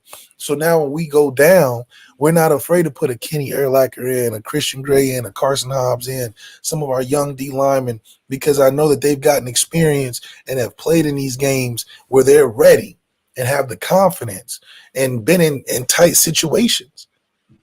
Hell, we've been in some tight situations where we've turned the ball over first play of the game and been backed up. So I think that's given the team an overall confidence that they can trust Marcus Freeman in these close situations, these game deciding situations, as opposed to years before where, in my opinion, he was a little shell shock. It was a little overwhelming for him in those first couple years. All those game situations that he had to learn from. And you can see the growth. You can see the growth as the head coach, man. Yeah, and this is still a first time head coach. This is not like your Jeff Brahms or your Nick Sabans or your Dabos that have been head coaching for a while. This is a guy that's making leaps and bounds of change in amount of 3 years coming from just a DC opportunity. He was just at UC DC in 4 or 5 years ago. Well, it'd be 6 years ago, something like that. So to be a head coach for the first time at one of the premier top 5 programs in college football history, and to be getting better each year and getting more consistent each year, that's a huge feat, as opposed to a Kenny Dillingham at ASU who nobody expect nothing from. Nobody really cared if they were doing good or not.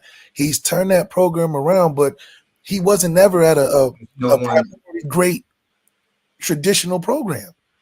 Nobody wants to hear that. Because the no pressure is easy. No pressure is easy for a Kenny Dillingham who just got to recruit his state a little bit harder and win one more game than they did last year, and it was only 3 games. Just imagine doing a first-time head coach at a top 5 program. They were trying to fire Kalen DeBoer after beating South Carolina about 3 at home. Now you get in a situation with Notre Dame, top 5 program. Oh, we're expected to win 10 games off the bat. Your first time. We don't care if it's your first time. We want 10 games every year. Following up to winning this head coach of all time at the program. We want the repeat success, no fall offs, with harder restrictions. We're going to tell you no more than we tell you yes. And you got to make it work. What Smokey Mama say? It's only $1. We'll make it work. Make it work. Stretch. Yeah, and Norman Johnson, I have no problem with your opinion. You're more than welcome to have your opinion. The truth of the matter is you gave facts and I refuted them with facts. You gave thoughts, I refuted them with facts. That's it. Period. Yeah, because you still, even in saying that, you still have you want to respectfully talk about what Notre Dame is, but you can't respectfully say, which tells me a lot. You just can't say, you know what, you're right. Marcus Freeman did do a good job in that situation at Texas A&M. You know what, he has improved the recruiting. You can't even give him a compliment, which lets me know everything I need to know. We can move on. Lucky Lefty podcast. It's crazy. I could be upset, mad, and say, I can't stand. Dude, everybody knows how I feel about Drake. Yeah, Left, you know how I feel about Drake. How many times have I told you that dude has a bop? How many? I can name you all the bops. Like, yo, that's a bop. Long list. That's a bop. That's a bop. It's a long list. There you go. It's rare misses with Drake. And if you can't do that, that means you lack objectivity. It's cool. That's all it means. You lack objectivity. Hell, Leonard Moore. Man, let me tell you, you talk about a kid impressing every time he takes the field. Marcus Freeman was impressed as well. Special. Like I said, you can't make up for the loss of Benjamin Morrison with one person. But he still continues to lead. He was watching film, giving our guys coaching points in the hospital. I mean, that's the type of guy he is. He's sending them film, hey, really the young guys, the Carson and Leonard, like coaching them up. And that's what type of leader and person he is. But you can't replace him with one guy, but dang, Leonard has done a great job. But we knew Leonard was special from the time he got on campus. It's just when is his opportunity to really present himself, because Christian Gray's a really good football player. Benjamin Morrison's a really good football player. But that's why you can't, man, this is a long season. It's a long season. And the one guarantee in life is the future's uncertain. So just keep preparing. Take care of the opportunities you have in front of yourself, and then you get an opportunity to do it in front of thousands and millions of people, and you're ready to perform like Leonard is. Same row on your right, Pete Sampson. Marcus, even though this team has gotten younger in some ways, does it still feel like it's maturing to you too? Does it feel older and younger somewhat at the same time? Yeah. The people are obviously at times inexperienced, but the team is becoming more and more experienced together, right? And that's when you take a big picture look at the performance. Like, this team is continuously getting better. And I challenge them all week. You got to believe that there's another level. If you believe it, you'll be willing to put in the work. And I really think this is a reflection. I choose to believe it's a reflection of the preparation. And I'll always believe that. Performance on Saturday, it's never perfect. We want it to be perfect, but it's a reflection of the way you prepare. And so us as coaches are going to continuously challenge them. Like, there's more. There is no finish line to the way we prepare and how we prepare. That's going to give us a chance to be more experienced on Saturdays and perform better. Yeah. Yeah, those experiences are racking up for Marcus Freeman. Is making his job a little easier, knowing how to react to certain situations, and because of that, you're getting a greater appreciation for the job and what it requires. And he's raising that level and that standard of what it means to coach at Notre Dame, from the whole concept aspect of got to be able to recruit, got to be able to be good in game situations, got to create a good staff, got to put out a good offense and defensive product. And he's just taking that to the next level. And it may not be seen week to week, but when we take a step back and look at year to year, he's only gotten better. And as much as criticism and we give him just as much praise, but it's well deserved, because he is making it different. It's not like it's the same old, but you can appreciate, even with this situation being that we have a whole new college football playoffs. No coach has ever done it before at Notre Dame. So anything he does will be setting the standard of what it looks like to prepare for one season and then get ready for another season in these playoffs, and what it takes to win those games and being prepared and all the things included. I think Marcus Freeman is more of a trendsetter with this than it is he can look back and be like, oh, this is what Lou Holtz did, this is what Eric Parsegian did, this is what Brian Kelly did.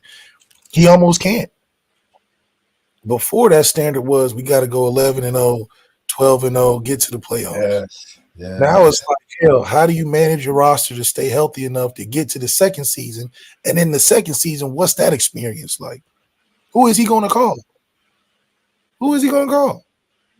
There's nobody to call for a situation like this with a playoff standing, because nobody's ever done it before. So this is just more credit given to the man on expectations and raising the bar and standard for a program that's, regardless of what's going on around it, seems to always want to hold themselves higher than everybody else when it comes to certain things. So you got to deal with a lot. Lefty podcast. So Marcus Freeman, more than likely, is going to continue to try to give his offense time and possession to come and match the level of the defense. And if they are able to do that, they should pose problems going into the college football playoffs. They really should. Next matchup, MetLife Stadium. It's an early kick, Left. It's one of those 11 a.m. It's one of those early kickoffs, bro. just eats into the early part of the day when you run your errands and do everything. Instead of getting wings, now you got to get breakfast to prepare for the game. It's 6 a.m. You had Wingstop, didn't you? You had a Wingstop order this Saturday, didn't you? I had to get my wing stops, you know. Because you said that ranch hits different than what? Man, they got something that technology they put in that ranch. Sheesh. That's somebody's grandma recipe right there. Because every time it's consistent. Like they got the formula down. That's like that Krabby Patty secret formula. Yeah. That secret ranch formula. It ain't Hidden Valley. I'll tell you that. It hits different. Yeah, I'm like, damn it. Man, they need to sell that in the store. Tell you that. Man, my little brother loves Hidden Valley, boys. Hidden Valley's good, but that Wingstop secret recipe with the ranch, man, they got speaking of this, I have something for you the next time you come to Chicago. I had the opportunity to try out a new cookie company this weekend. Shout out to Kita's Cookies. Kita's Cookies. Young lady named Kita. She lives in the south suburbs. Her operation is in the south suburbs. Home operation. Someone suggested it to me. Saw them posted on Facebook. I said, go ahead and try her out. Strawberry frosted oatmeal cookies. Left. You got me with the oatmeal. Left. People don't appreciate oatmeal cookies like left because I got 4. I got the chocolate chip. Gotta have chocolate chip. I had to try out the basics. You can't make the basic right. You can't even make an evaluation on the place if you don't get the basic. So I got 4 cookies. This is gonna trip you out. I tried out 4 of her cookies, 4 of her flavors. The chocolate chip was the worst. See, that says a lot though. Wait a minute, Left. I didn't say it was bad. I said it was the worst. Oh, okay. Like the other ones are just so good. You gotta listen. Left. You gotta listen to me now. I didn't say it was bad. I said it was the worst of the 4. Because a chocolate chip pecans in the chocolate chip was another step up. Oh, it's a whole nother step up. Okay. But then I got her butter pecan. If you love the butter pecan ice cream, that's my A. Butter pecan ice cream. It's my go-to. But the strawberry oatmeal ice cookie. Left. Yeah, something different. Yeah, and this is what made it better. How much do you think a dozen of cookies would cost right now in today's market? A dozen. We talking about cookies are like a cookie from Potbelly's is like $4, $2.50 at niche spots or just regular. Just if you were selling a dozen of nice sized cookies, how like much the crumble cookies, big ass crumble cookie, nasty crumble? Or you talking about? They are crumble cookies are nasty. That's a good call on that. They are nasty. I think it's for a good, you probably in the $18-19 range. I agree. $18, $19, nice $20 for a dozen. I agree. $15. $15. Might have to come back the next day. Make sure. Yeah. How about this? She gives you 30 cookies for $30. I got 4 flavors, 30. $30. Left. Let me tell you what. I am well pleased. My brother came over. He took darn near half the cookies. Yeah, but listen, she knows her customers. She knows the cookie game real well. She doesn't have her overhead is not as high. Yeah. Home operation. So support small businesses. That's all I'm saying. Support small businesses. I have to try out her. She has some other cookies I might try out for the holiday. Mm-hmm. Baby girl comes in this week, so I might try out some with her when she gets home. Here we go. She has an oatmeal cranberry walnut. Oatmeal cranberry walnut. Yeah, she has a regular cranberry walnut pecan. She has a Twix. That's the one. She has a red velvet pecan, Mm. and she has a caramel butter pecan. I haven't tried those out yet, so I still have options. I still have more options I can try out. Yeah, you can come back. Yes, sir. And I New plan flavor. to. I plan to. Hell yeah. 30 cookies for $30. Nice size. Yeah. Talking good, talking right. Man. Speaking of cookies, Riley Leonard threw a nice little cookie to Georgia Tech's defensive backfield in the first quarter. Played very well after that, but he talked about that interception. These next two clips, just go ahead and talk. Just go ahead. It's more like what I didn't see. I didn't see pretty much anything. Oh, it was just bad read. Bad read. You can't just throw the ball up like that. They spun to one high, cover three, and you can't throw that ball into cover three. I knew that. It's just one of those things where you got to be disciplined as a quarterback. It's very easy to get greedy and want to make the explosive play, but throughout my career I've learned that just taking what the defense gives me is what wins you ball games, and ever since then I was like, all right, settle down, trust your eyes, trust your coaching, and you get the job done, and we did a pretty good job with that since then. Yeah, when you got towards the end, I think you completed the next 12 passes in a row after that interception. Why were you able to have so much success after bouncing back from that? Yeah, same thing. Just, don't be a dummy. Like, if they give you a hitch, take a hitch. It's not that it's hard to do, but it's really not that hard. Just take what the defense gives you and move the ball down the field, stay in front of the chain. So, yeah, after that, it was just like, all right, settle down and play your game.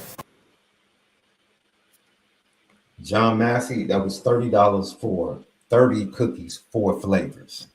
Come on, man.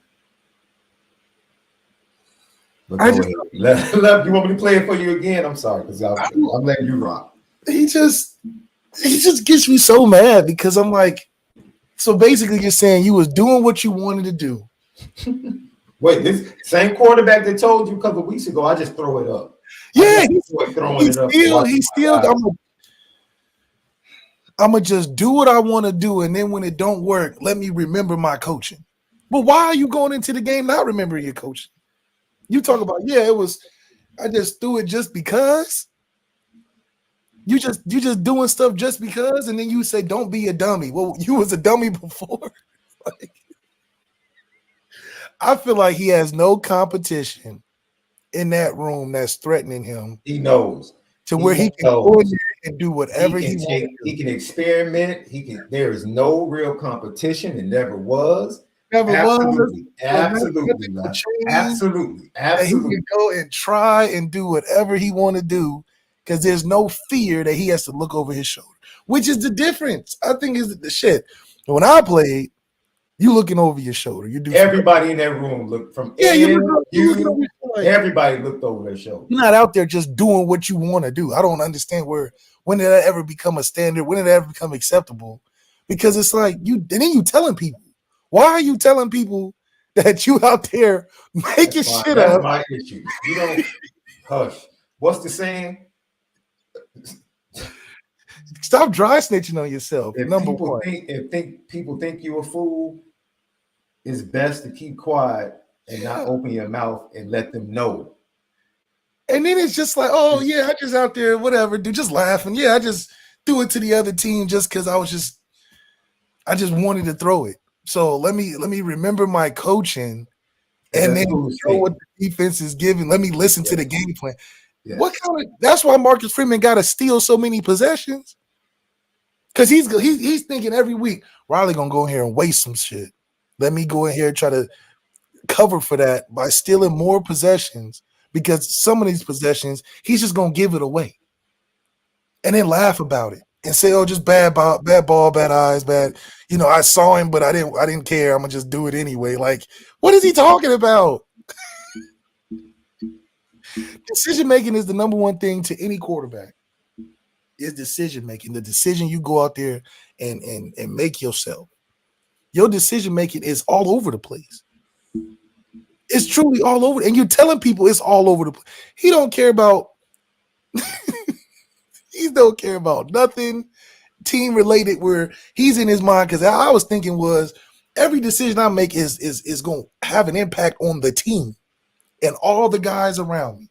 If I'm out here just throwing picks and fumbling the rock, that's not just on me. It's the whole team. He's out there telling you, yeah, whole team, I'm just going to make some decisions where I don't care what y'all got going on. I will put us in a bad position, and then eventually y'all can cover for me, so then I'll start playing the right way, which is crazy. It's crazy. Like, that comes from your head coach saying, I have unwavering faith and nothing ever is going to change no matter how I play, and he says it in the post-conference. Marcus Freeman, you can't live like that, Marcus Freeman. I understand having faith in your QB. Hell, Oklahoma had faith in Jackson Arnold until when? Until Jackson Arnold started doing crazy stuff. And then enough was enough that they said we have to change quarterbacks. That's perfectly natural. That's supposed to happen in any professional setting if you're not doing your job. And he's purposefully not doing his job sometimes. He's telling you. He's like, I'm not doing my job, dude. I'm going to go out there. I'm going to make whatever I think is fit. And if it don't work, gee golly, gee willikers, oh, wow, oh, well. Like someone in the chat left said, well, he's only thrown one interception since NIU. It's not the point. It's not His process of thinking has not changed. Has since not NIU. changed. It just hasn't changed. Doesn't make a difference. So if he gets into a game, in a big game, how am I to trust that he's not going to read he's not going to down read the middle, which Left told everybody. I can't speak for any other podcast. Everybody else was talking about how good Riley Leonard was going to be. And Left said, I watched him. He does not want the ball to throw the ball deep down the middle of the field. He can't. He's going to throw the ball to the outside.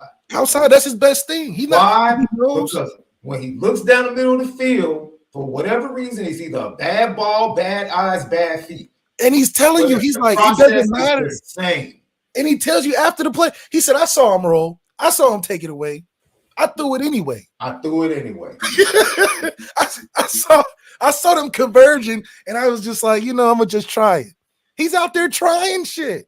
When has that ever been acceptable in the QB room? I blame the coaches. If that's the case, if that's the case, fine. Stop saying that, man. Stop saying that publicly. Please. Yes. It's not a good look. It's just not a good look. Stop saying that publicly. And I know the kid, the kid is being honest. That kid that's him. He's being honest. Somebody needs to tap on his shoulder and say, hey, man, stop talking about it. Stop doing that. And then making it seem like, oh, it's just whatever. It's like, no, this is when we play a real competitive game. I can't go in there thinking that your decision making is in question just because sometimes you just want to do whatever. You being a dummy. Like in your words, you were being a dummy before you start listening to his words, not our words. Yeah, he said, don't be a dummy, throw it to the open guy. Well, what are you doing before then? Being a dummy? Like this is not Duke. This is not Duke where you can just make these wild decisions and they be covered through the fact that the team isn't expected to do anything. You're expected to play at a certain level each week where you don't have excuses of saying, yeah, dude, I just tried some stuff. Didn't work out, but we won. It's all good, fellas. No. That makes the Jeremiah Love told you. I don't know what's happening in the rest of the offense, but the running back room got a standard. We play to a certain level every week. It don't matter. Either you're going to come away. I'll be honest, right? Because there are probably two different ways to look at his press conferences. Either you're going to come away saying that kid is extremely honest. I respect his honesty and what he says.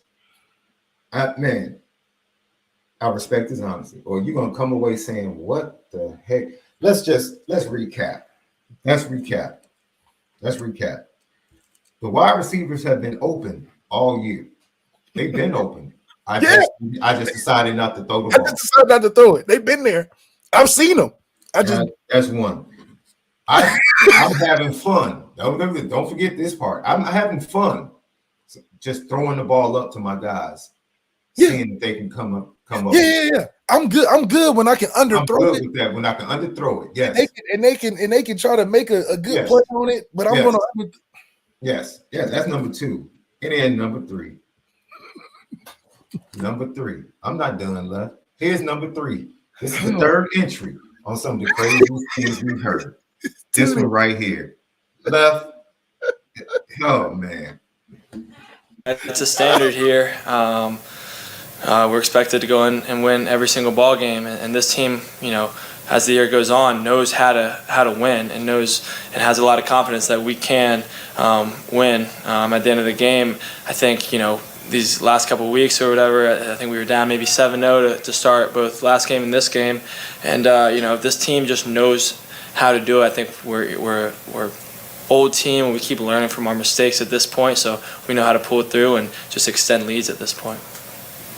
Second row on your right, Pete Sampson. Riley, taking what the defense gives you, even if it is something that should be easy to do for a better career, like why is it sometimes not? Like what's sort of the trap that you can still fall into there? It's a great question. There are a lot of different factors when it comes to that. I think the biggest is, you throw a certain ball in practice 5 times. We ran that play 5 times in practice, and I threw that ball 5 times to Bo. Well, that doesn't mean anything. That's completely irrelevant to what's going to happen in the game. So pre-snap, I'm thinking, okay, muscle memory. Do what we did in practice. If I just have just an inch, pull the trigger. Well, that inch closed pretty quickly, and I think it just came down to practice and understanding that in the game it could be completely different. He had a defender underneath him and above him. What inch are you talking? If you throw it a second earlier, it's kicked off a second earlier. What left? Number 3. Go ahead, left. Go ahead. Left. I'm telling you, man. I'm fine with the kid. The kid is getting better at playing the position. He has played well progressively from Louisville. Stop. This is what makes me question the process. This is like this evaluation. Stuff like this makes me question the evaluation for Riley Leonard. What did you? First of all, these guys that you're going against in the game are not cones, are not dummies out there where you're like, oh, they don't have any idea of what I'm doing. You have to know why the play is called. Once you understand why the play is called, you have different options on that play if it doesn't work. That's the whole point of a quarterback is you take a play and you develop the different aspects of it to where if they take one away, I have something else. That's not a process that goes through his mind clearly, and he's telling you. If we call a play and it says go to left, I'm going to go left hell or high water. What kind of play? That's not a quarterback. That's just a guy playing quarterback, cosplaying as quarterback. Halloween's coming up. Maybe he's dressing up as a Notre Dame quarterback, but that's not quarterbacking. Quarterbacking is about decision making. And you telling people, yeah, I've thrown it 5 times in practice. I didn't care if it was in the game because the game can be completely different. Well, if you know the game can be completely different, why are you throwing it? Why don't you read the defense? Why don't you go through your muscle memory of, well, that's the thing. His muscle memory wasn't built to have a progression through the play. Bam. There it is. There it is. He's just, oh my gosh. He has to take his job more serious because saying stuff like that just comes across as you don't take this serious enough. You're just going to do what they tell you to do. And then if it all else breaks down, you want to run around and take off the red jersey. Because asking you to have develop a passing game, it's too hard for you because you rely on the run. Just like in the 4th and 8. Just like in the 4th and 8 in the game. There's a pass play developing, the left side's wide open. You don't even take no time to drop because you want to run and get tackled at 3 yards.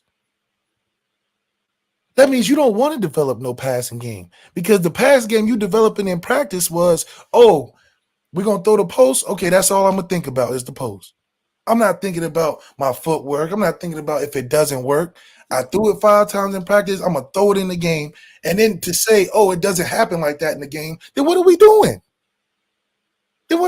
Riley?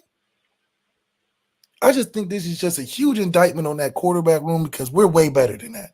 That's not what we represent. That's not what we go out there and perform and work so hard to get to Notre Dame for. Is to go out there and do stuff like that and then tell people, oh, yeah, I want you to listen. Well, I'm going to play this first. This is very telling, in my opinion. It's so funny because he's serious. I want to play the first part. Listen to the first part. I'm gonna stop it, Left. Listen to the first part. Listen to this, Left. It's a standard here.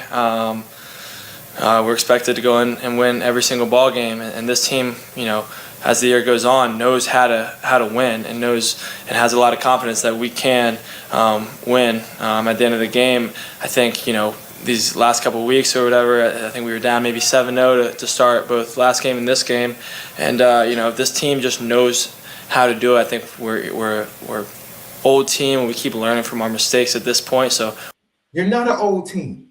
You're not old.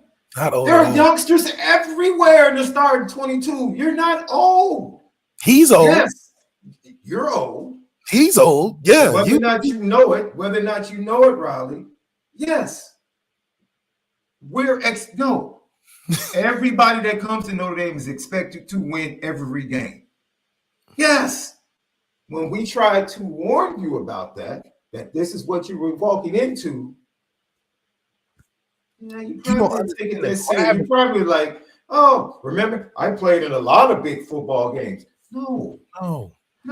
Every game is a big football game in Notre Dame. No, you haven't played in a lot of big football games. No. Because his operating and his processing in his mind isn't elite. It's not elite. You're relying clearly more physical than anything else on a mental process. Okay, Left, I'll take the bullets for this. So if it makes the message boards, that's fine. I'm going to go ahead and say it or ask the question. Is he an athlete playing quarterback? Yes. Okay. Yes. All right. Because first of all, no quarterback with the respect of I'm trying to get to the league and do this and that is ever going to say that crazy stuff.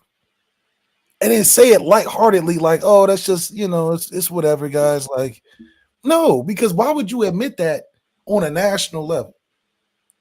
Because one thing for people to see you make bad mistakes on TV and they speculate and they say, oh, it could be the offensive line, oh, it could be this and that, oh, you must have didn't see.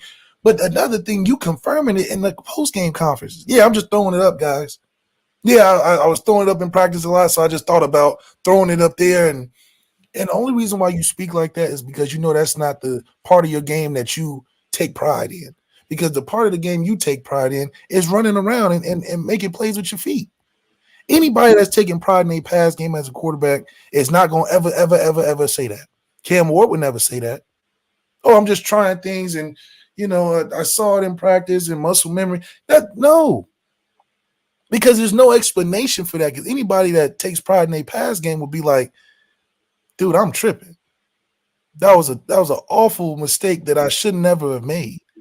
You're blaming practice for you throwing that pick in the game. So it goes back to evaluation. Denbrock's probably pulling his hair out because he's like, dude, yeah, we said this could be open, but that doesn't mean that we are psychics.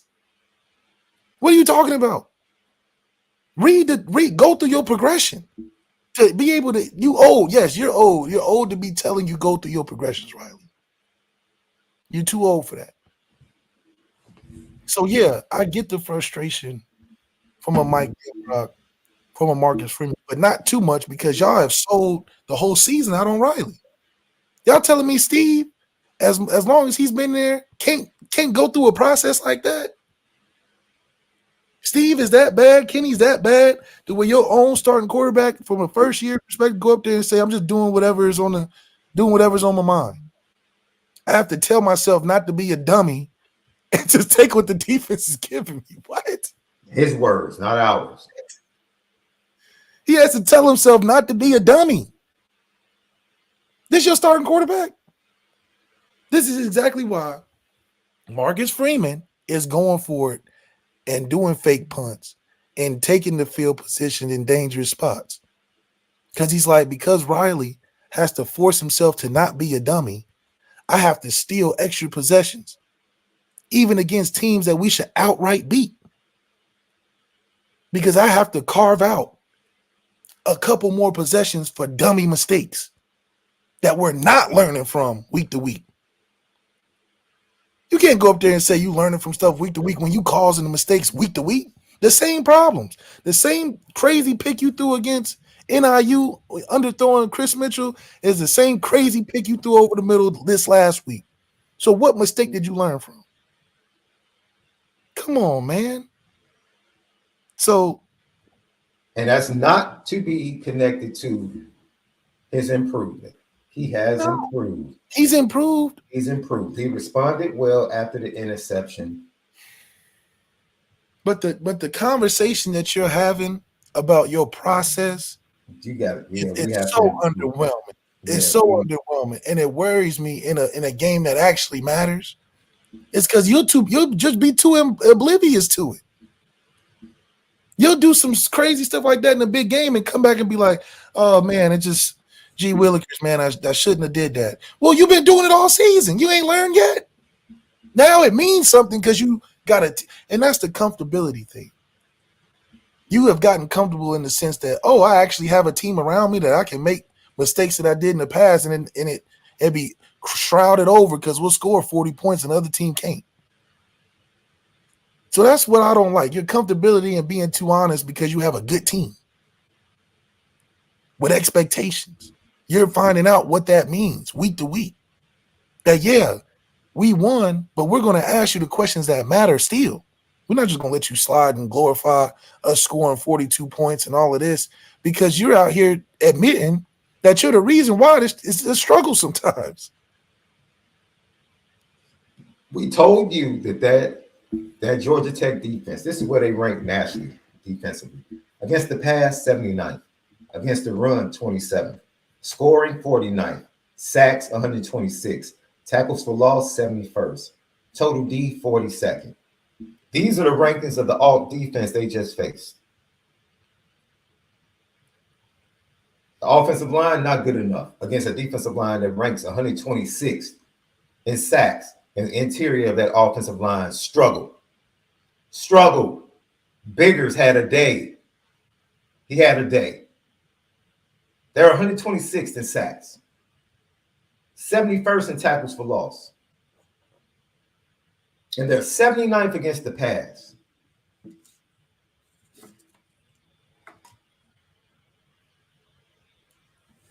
Now, hey, Anthony Knapp's holding call took another 7 off the board. But it's like, it's okay to be objective in a win, in someone improving and say, okay, I'm glad you're improving, but we can't have that. And based upon what you're saying, now I have to question how you're processing things, how you're seeing things. Because against tougher defenses and better coordinators, like an Al Golden, they're going to give you pre-snap looks that are going to confuse you. And once you're confused and you don't go through your progressions, are you just going to throw it up? Those things bear watching, and those things are fair conversation. Lucky Lefty Podcast, super chat from Rob Osgood. Thanks, Rob. In my opinion, this season is about the young guys growing up. Next year, with either Kenny Minchie or CJ, the offense will be ready. Your opinion? I mean, we've been waiting for a Notre Dame quarterback to be at the helm. We've been waiting for that. Can't wait. Looking forward to it, whomever it is. Hossey, you say you want to see Sullivan Absher play. I'm right there with you. P-Dub, you talking about Anthony Knapp. I didn't watch the All-22 yet. My boy Double R watched the All-22 and said Anthony Knapp was the best offensive lineman on the field on Saturday. And if that's the case, that's not good. If that's the case, that's definitely not good. Let's go to the defensive side of the ball. Leonard Moore received his first start playing boundary corner. This is what he had to say. I think, I'm sorry about that. I hit the wrong button. Here we go. Leonard Moore talking about his day. Definitely just crazy circumstances, sad to see. And, like, I'm still praying for BMO right now. We love him to death. Like, you never want to see that, especially from a player as good as BMO. But always, you got to be prepared and ready for your opportunity when the time comes. So, especially a week like this when you're playing a good opponent, good receivers, like, definitely the rest of the week we had to be locked in and prepared.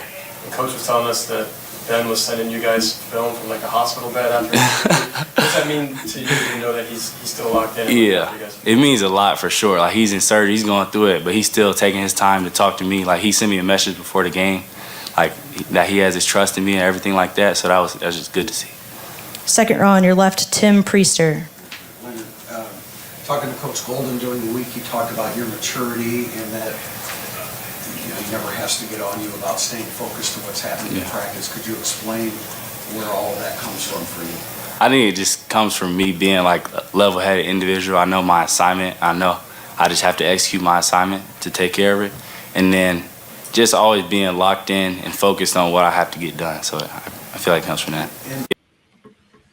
Man, that kid is impressive. They're talented. This is the most impressive thing about these young defenders that Notre Dame has. Not only are they physically gifted and talented, they're extremely smart. They don't talk like our quarterback. They don't talk like, yeah, I'm out there just doing what I want and then make it. All that tells me, and I hate to keep harping on it, but all that tells me that is if the defense didn't come to play that particular day, and we get down to a 2-minute situation or a situation where we have to score or we have to come back down 10, Riley's going to make some real questionable decisions because he's just going to go back to, well, I'm forcing it. You're only forcing it when you don't have that process of, okay, I cannot play mistake-filled football in these crucial moments. That's all it tells me. Because you hear defense, they're talking like professionals. Yeah, I love. And that's how you know they mess with Ben Morrison because they keep calling him BMO. They call you by your nickname every time they talk about you. That means they got high respect for you. And he said, even with the loss of BMO, I know my job. I'm going to execute it. I'm going to take the right steps to prepare. And it's no reason. I mean, it's no surprise that I'm doing well. I'm doing exactly what I'm coached to do. This whole loose lip, yeah, I'm doing what I want to do thing, it just doesn't spell for when the game gets in crunch time because guess what? It just doesn't happen overnight.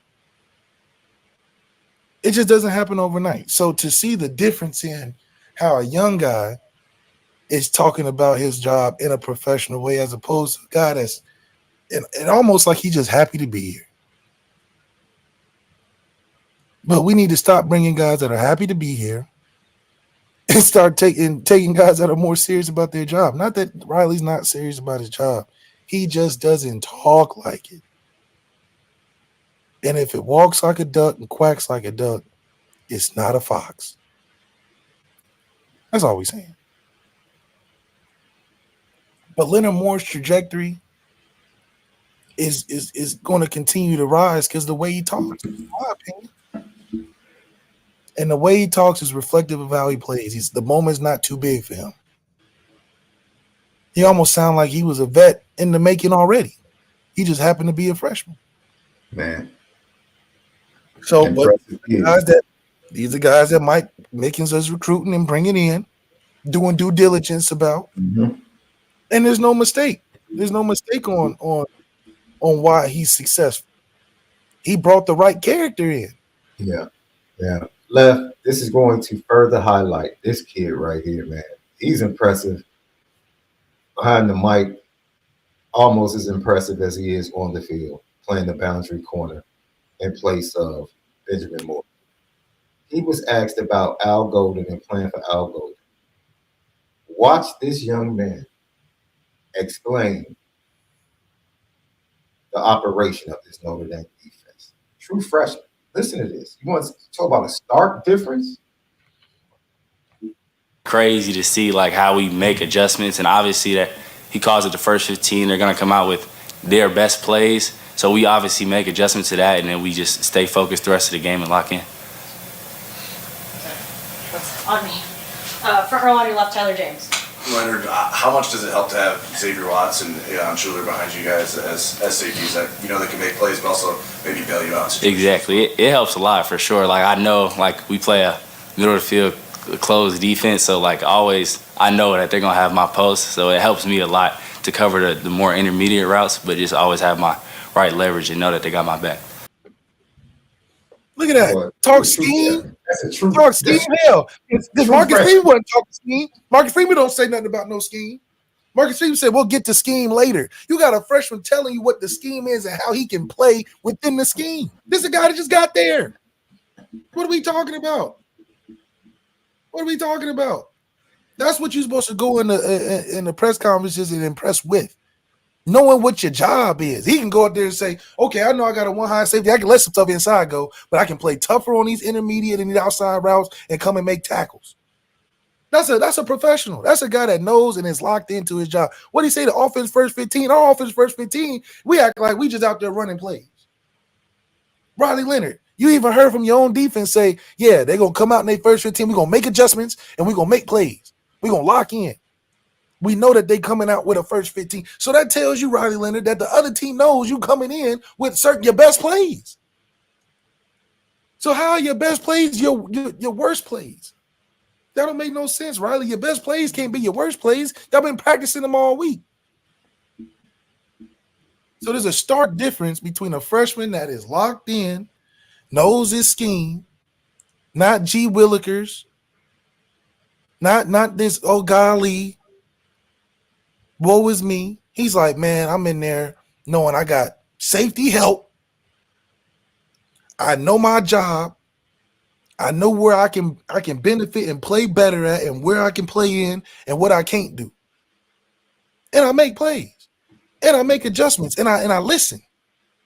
That's the other thing. He listens. He ain't go out there and say, I gotta tell myself not to be a dummy. No, he's like, coach is saying these are the adjustments, and this is what I have to lock in and be prepared for. So how are we talking two different teams? Oh, does Leonard Moore play on a different team than Riley Leonard? They go against each other in practice.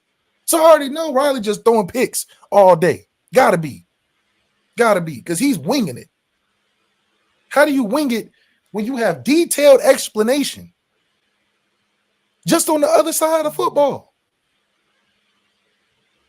There is no guessing when it comes to Leonard Moore. Leonard Moore's not guessing out there. He told you, I'm locked into adjustments. The first 15 of their best plays. I know what I can't. We are middle of the field closed defense. I know where my help is, and I know what I can play. That's all you have to do when you go to these interviews. Because guess what? That defeats the armchair quarterbacks, the Twitter warriors. We can learn something. The media can then ask better questions and not be speculating. Offensively, we it's like, what are we talking about? This is like the comedy stand-up hour for you. Yeah, guys, I'm winging it. We're learning from mistakes. I saw it happen, but I threw it anyway. I got to tell myself, take the deep. It's like, what? There's a reason why it looks like how it looks. And it's coming from the players themselves. One side of football is locked in. The other side is like, how many headlines and highlights can we make off of this dude? So, I don't know, man. I appreciate a freshman coming in prepared, but that's recruiting. That's evaluation. That's preparing your players and having a game plan for them that they believe in. Riley don't believe in this game plan we do on offense. He can't. Yeah, we ran it 5 times, so it's got to be there. We ran it 5 times. I mean, where's the understanding of why? The best thing I ever got from a coach was tell me why I'm doing it, not what I'm doing. Riley is saying what we're doing. We're just going to practice this 5 times. It's going to be there. No, it doesn't mean that. Why are we calling the play? What are the options if it don't work? He didn't even talk about if it didn't work, where do I go? He just said, well, I just muscle memory. What? There's a lot of growing up to do on both sides. Lucky Lefty podcast. Oh, man. I just never heard no loose lip media like that. Like, that's Leonard Moore. Why are you so involved in run support, young man, as a true freshman? Especially on the boundary, a lot of run comes my way, and I got to be there to set the edge and make sure I don't get a lot of yards picking on the boundary. So yeah, I got to be there and ready to set the edge and make tackles. And then the deep ball today, I think it might have been your guy. I'm not sure what the coverage was, but you're in the moment after a mistake like that, an explosive play. What's your mindset? And then who or what was said to you to get you right back on the horse? Yeah, after an explosive, you just got to just forget about it. Obviously, the play's over. There's nothing you can do about it now, but just focus on the next play and taking care of your assignment the next play. Like, you got to have a short-term memory, especially. Man, this man talking like a vet. I think you learn a lot from your vets before you that kind of get that in your mind early, and then you watch them do it. You watch them play at a high level, and you just copy and repeat success. And he understands that people going to try to pick on you in that boundary in the run game.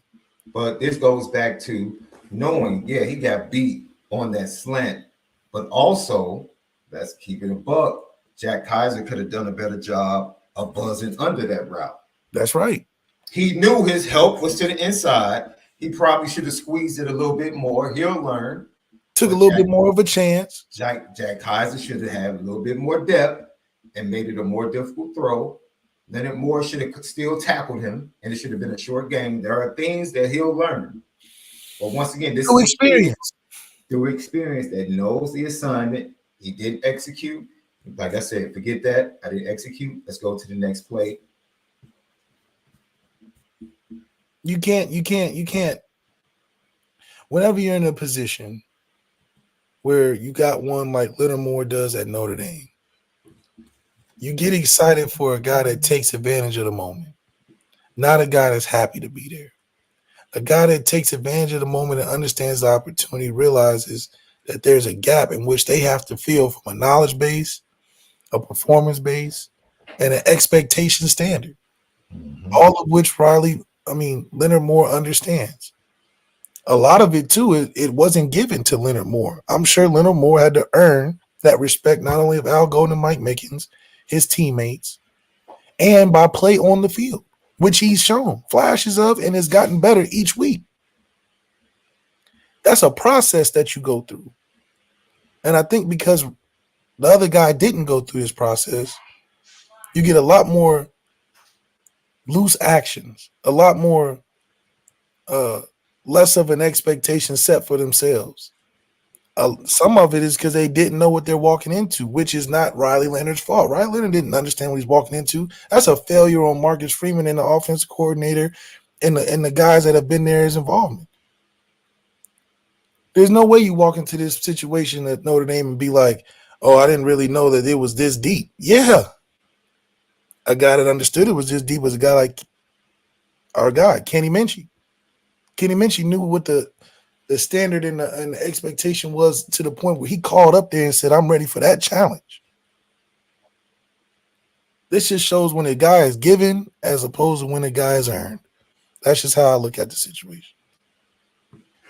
So those are your Notre Dame players and their comments in the post game after a pretty impressive victory against Georgia Tech on the road. Next up at MetLife Stadium, the Navy midshipmen, 11 a.m.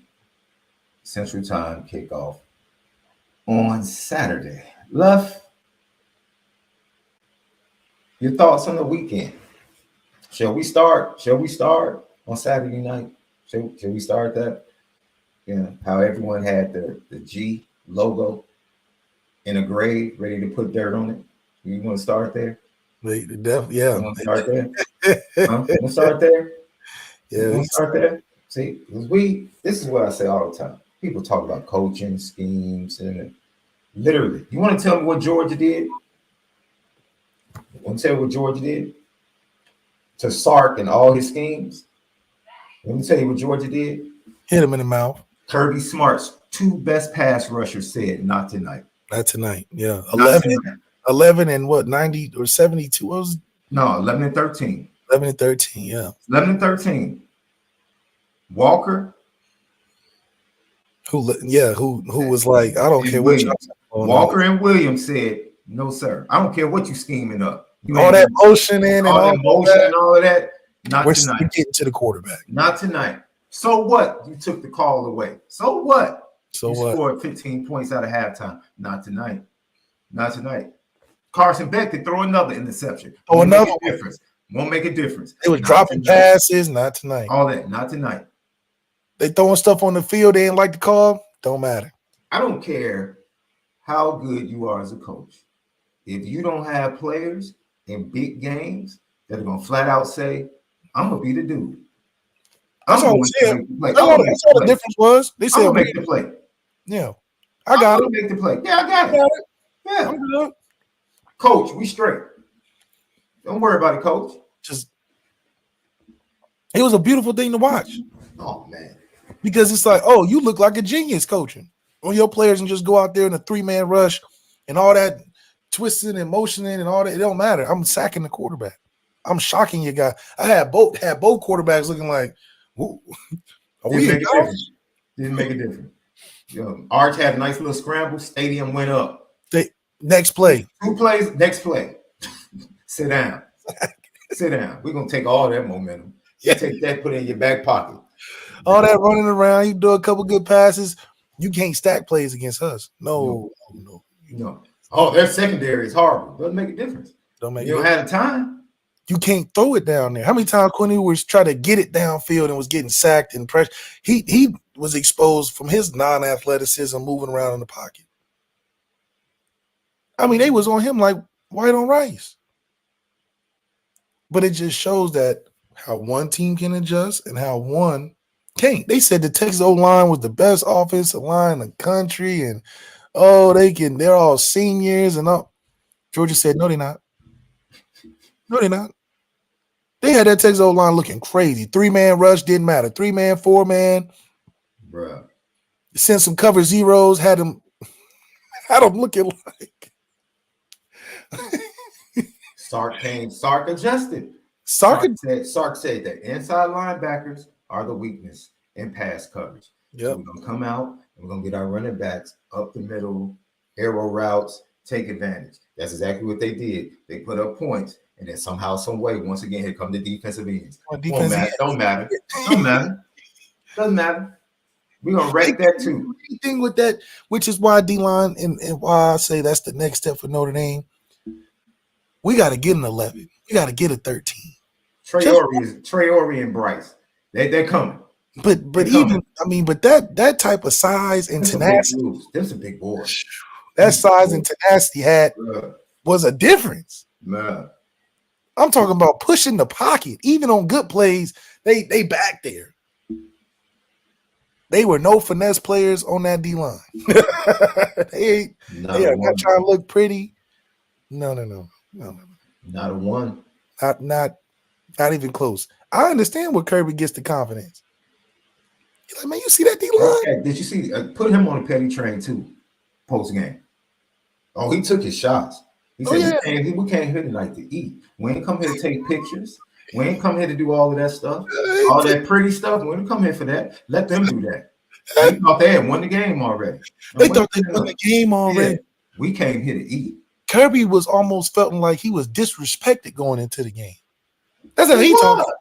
That's how he was talking. He said they trying to rob us. Georgia's not that good. All right, watch this coaching.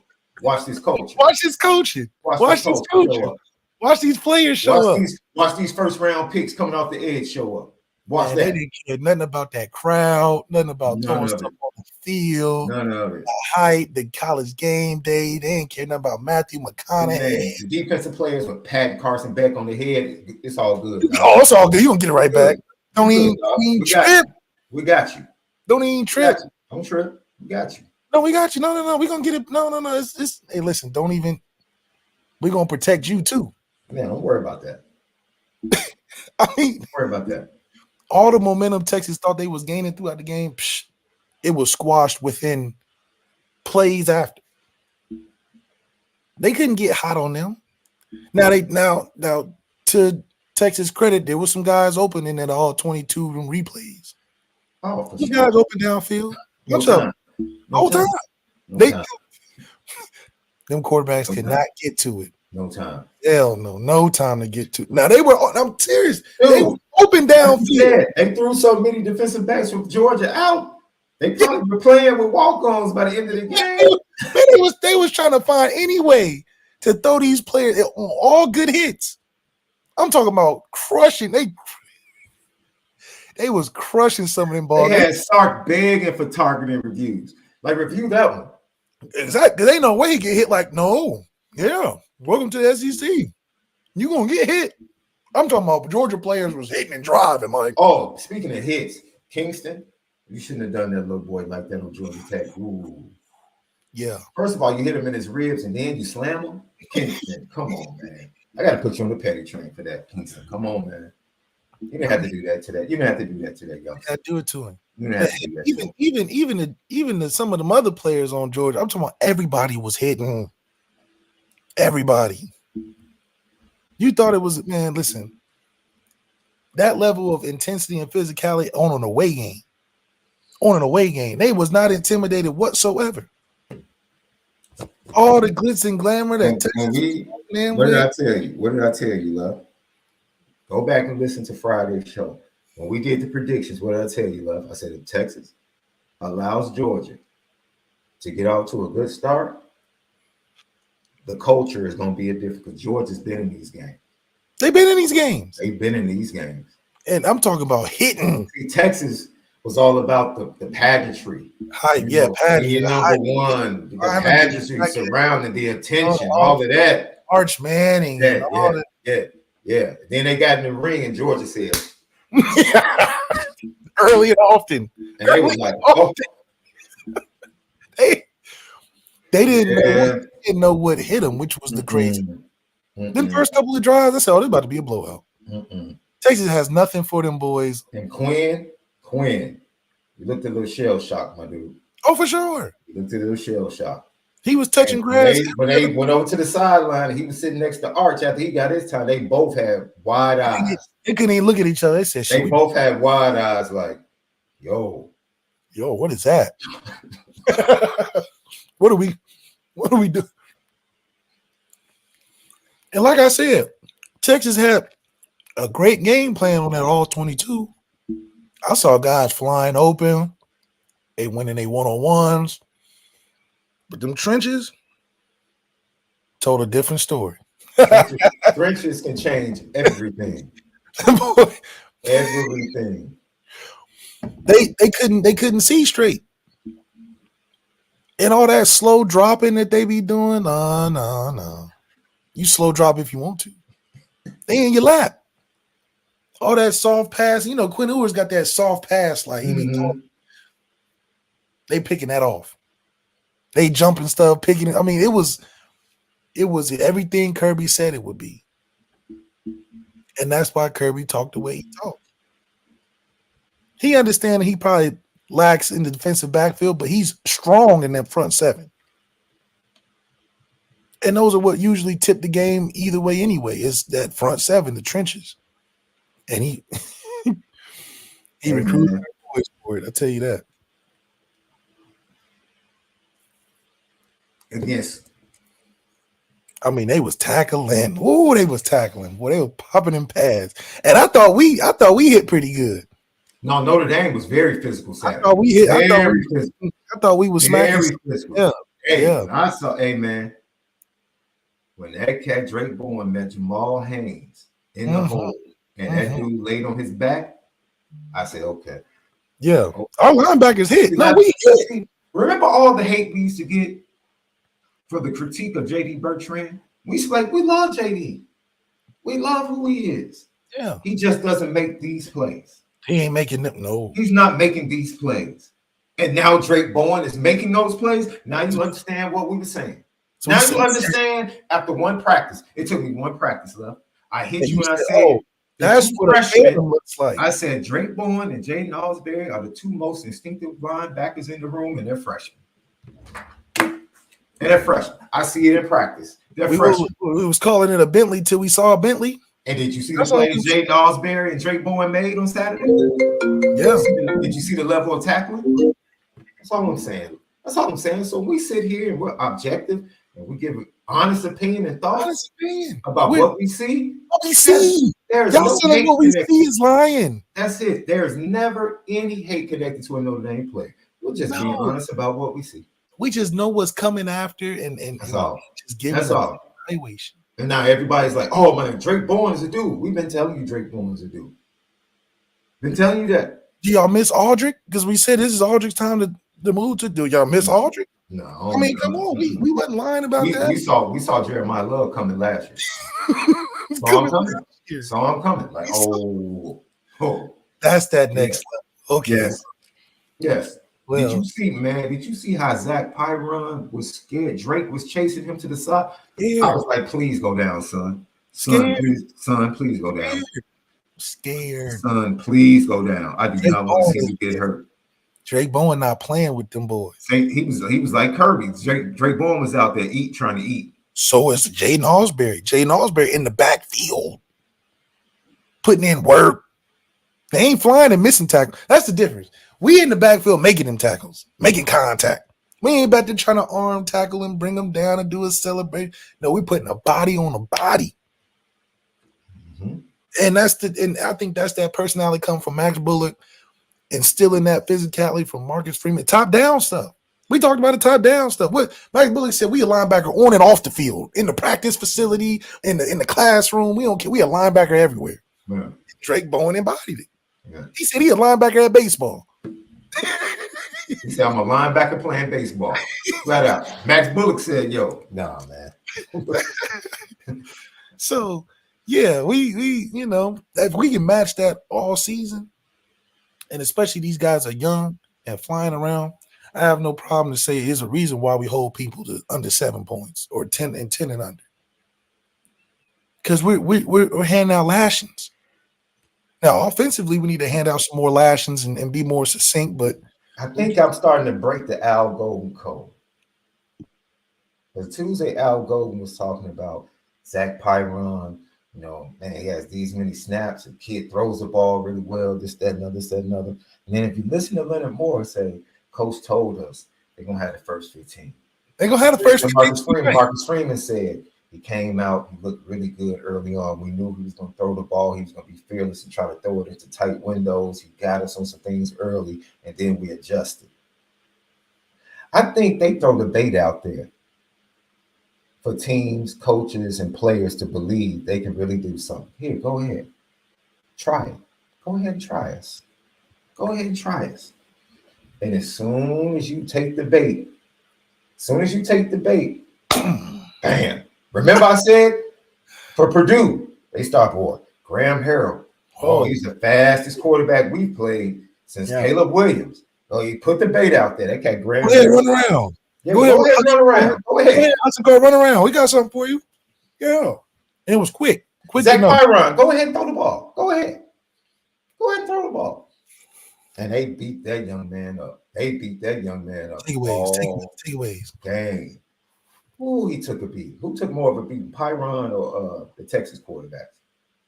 Texas, because it was both of them taking beatings. It was both. It was two taking beatings as opposed to one. Sark had to catch himself and be like, "Let me not fall into that arch hype and ruin his hype, because this wasn't a game to be playing arch, in my opinion." No, especially not in the middle of the game. Hell no, he had to catch himself like, "Let me not ruin that whole thing yet." And they trying to cover for him. Yeah, when things go bad, you got to put your best your leader quarterback out there. He's a leader of the team. No, if it was in Georgia, y'all would have ran with that Arch thing all day. That probably would have been the last time we saw Quinn Ewers. It wasn't until Arch started getting banged up and he wasn't doing much better. They're like, let me go ahead and not sacrifice Arch, because a lot of teams would. A lot of teams would have rolled with Arch the whole way. Sark said, let me catch myself and put Quinn out there. Because what? They would have got a phone call from Peyton Manning. Archie called Cooper and said, "Hey man, get him out, get him out the game." That's what the decision was. You thought Sark made that on his own. Sark didn't make that decision. No, call came from upstairs in the suites. Came from the suite. Hey, this ain't the game. No, take him out. Don't even. We'll hop in the portal right now. Don't you do that. We'll hop in that portal right now. I swear that's what happened. Once he got a couple shots and he was getting jacked up towards it was like, it's time to pull the plug. We ain't finna. That's not what we finna put out there. and you're not either. Put that other boy back in there and just ride this game out, because this is not the defense to be trying to break out a star. No. Dude, they dropped the blood off in the middle of Crip territory, boy. Yeah. That's what they did. They tried to my fault. They dropped the Crip off in the middle of blood territory because Georgia wears red. That's what they did. They took Snoop to Compton. It's like, there you go.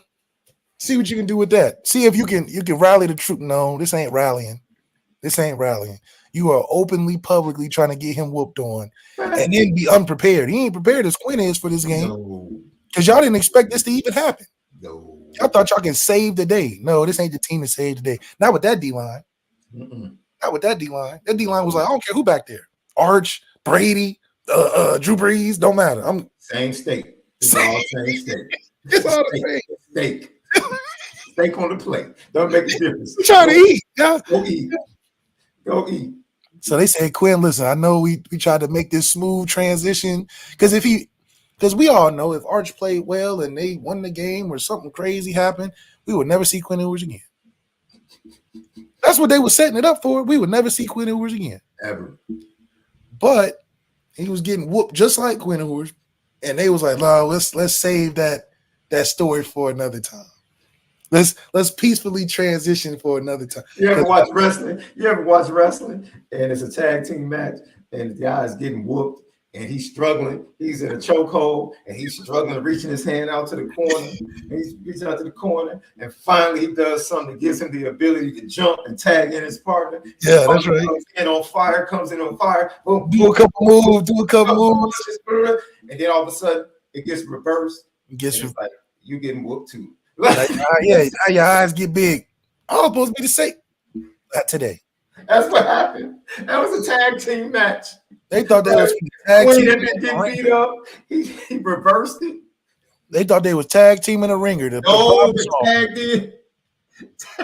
Arch came in on fire. Headshot. Threw him into the ropes. He thought he had him. Oh. Ducked. Closed. When them catch the punches, they stare at you after they catch it like, you thought you was different? Start whooping him too. Like Captain Marvel, when she was whooping Thanos, that cat Thanos was like, let me pull out this Power Stone. Yeah, let me stop playing with y'all. Now, Sark said, no, I'm not. Yeah, I got that call. Quinn, you had to go back in there, brother. I'm not about to get fired over this.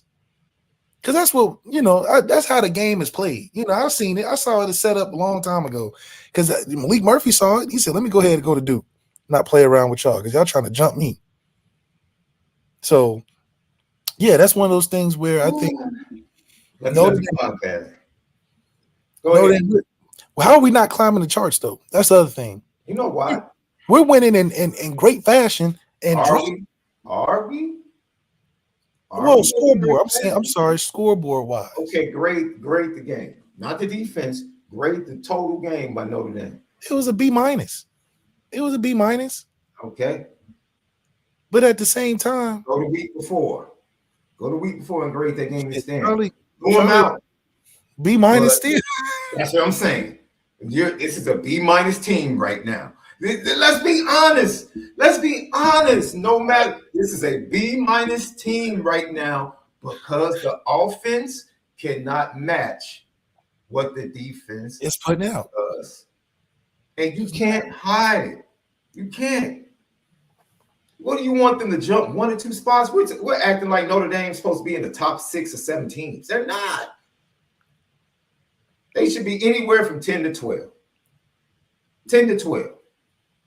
Fine. Tomato. Right now, we're fighting for a home game in the first round and entry into the playoffs. That's it. It is what it is. All of that other stuff doesn't matter. Win out, get a home game. That's it. Don't get caught up in the AP and the coaches poll. Like, how are we playing? How? Notre Dame should not be 8th in the poll. Come on, man. We got to stop. Who's ranked 8th, Left? I don't even have the polls in front of me. Who's ranked at 8th? It is I just seen it. Oh, it's LSU. Y'all just mad at Brian Kelly. That's all. LSU's 8th. Notre Dame. Yep. LSU's 8th. They got Tennessee in there. LSU lost to USC. Notre Dame lost to NIU. So tell me again, how in the world LSU is supposed to be less than Notre Dame right now? How? Not because you dislike Brian Kelly. Playing an SEC schedule, how is Notre Dame supposed to be ranked ahead? Clemson's in there. Clemson's at 8. How? LSU's at 9. I don't think we should be ranked below BYU, but you know the way they beat Kansas State. BYU beat Kansas State, right? Yeah, and Kansas State is 15. And Kansas State is a darn good football team. That's debatable. You want to debate BYU? Once again, you asked me a question. Why is Notre Dame not moving? Because they keep playing B- football. Yeah. No matter what happens, they keep playing B- football. That's why. That's why. Every team in front of them can be critiqued. So when people critique Notre Dame, don't get mad because they're right in the same boat. They're in the same boat as Kansas State, BYU, LSU. All of them can be critiqued with a loss that they probably shouldn't have. Yeah.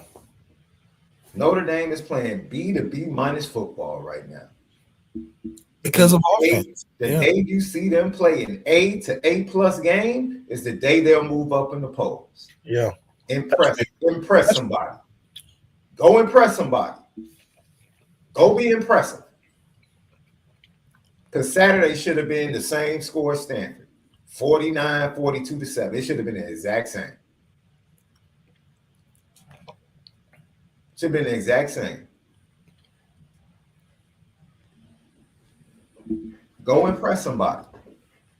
And then maybe, just maybe, you'll move up in the polls. Just maybe. Yeah. Just maybe. But, you know, opportunities still existing where we can still make impressive showings against a SC.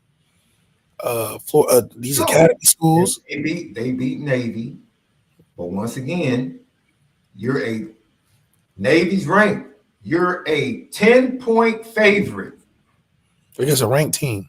You can't beat Navy by 7 points. No. And then turn around and say, oh, well, we won. We won. And then cry, why didn't we move up in the polls? What are you talking about? You barely beat a team that you're heavily favored to beat, but you expect to move up in the polls? It doesn't work like that. It doesn't work like that. You want people to give Notre Dame expectations, and then when they judge Notre Dame by the expectations, then we have a problem with it. I don't have a bunch of numbers in front of me. I don't have this breakdown, PFF, the FPI poll, this analytic, this break. I don't need all of that. Just watch the game, man. Watch the game. Notre Dame needs to play better offense to be more impressive to the boosters. They have to. They have to. That's it. That's it. It's real simple. I think BYU also beat SMU, didn't they? They beat Kansas State and SMU. Yeah. They've beaten two really good teams.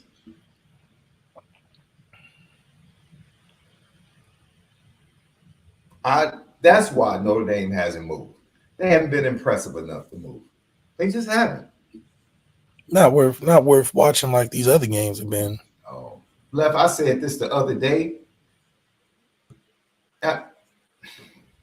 I enjoy watching the Notre Dame defense more than the Notre Dame offense. Yeah, and that's the problem.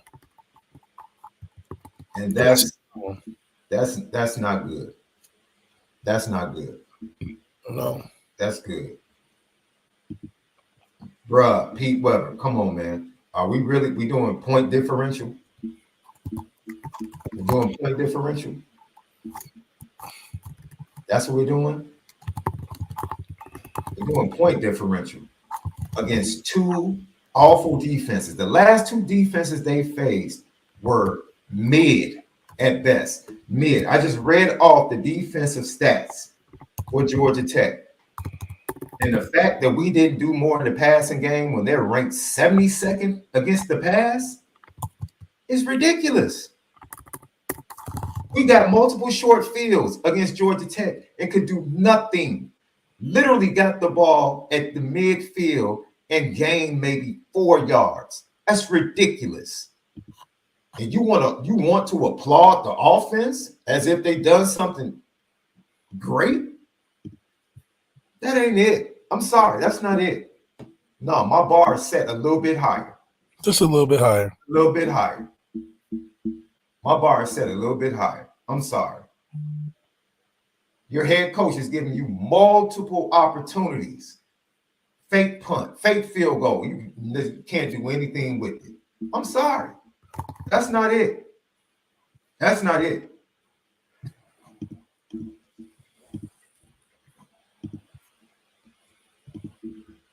Oh, against the spread. I apologize. What's that? Plus still. Dude, the competition has been mid. We see through. Louisville's defense is not good. We said that going into the Louisville matchup. Yes, Notre Dame should put up points. Who have they stopped? They couldn't stop Georgia Tech. The Louisville defense couldn't stop Georgia Tech. They couldn't stop Notre Dame. They couldn't stop SMU. Who has the Louisville defense stopped all year? No one.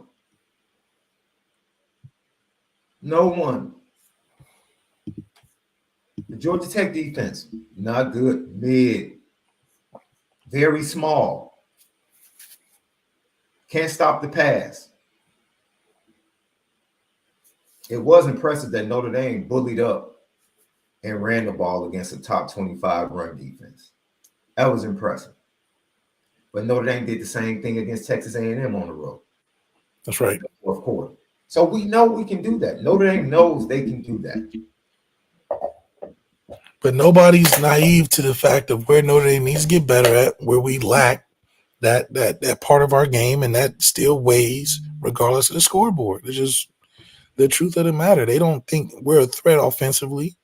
They think we have a great defense that set us up in right positions, and we wear down teams from having more depth and talent. Does anybody believe we can do that versus a team that's equal to or greater than, especially in this top 10, 15? They have shown you they don't believe. No. They've shown you they don't believe. No. No. You just pointed out something. We go to Bama and Tennessee. You talk about Texas. You talk about Notre Dame. O-line play is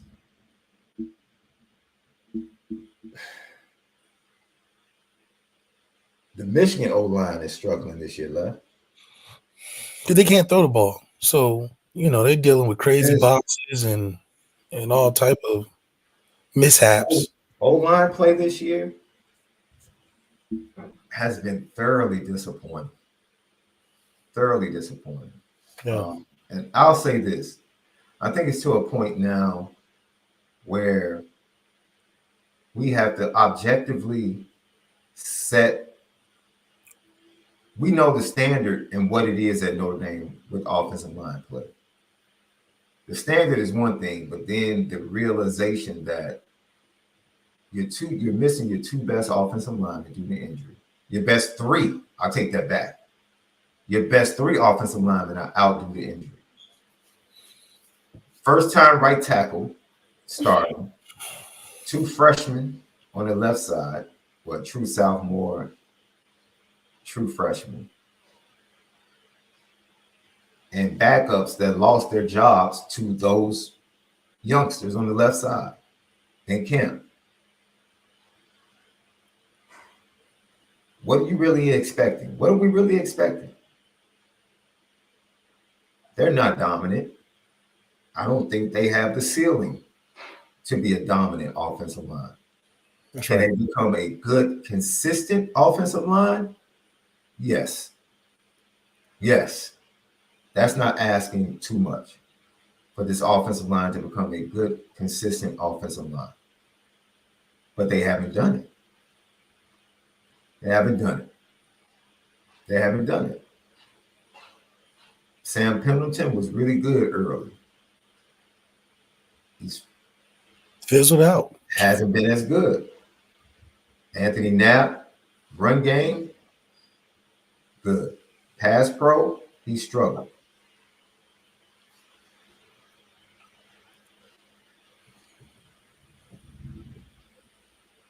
Time and experience, man. Yeah, it's just not Notre Dame. It is literally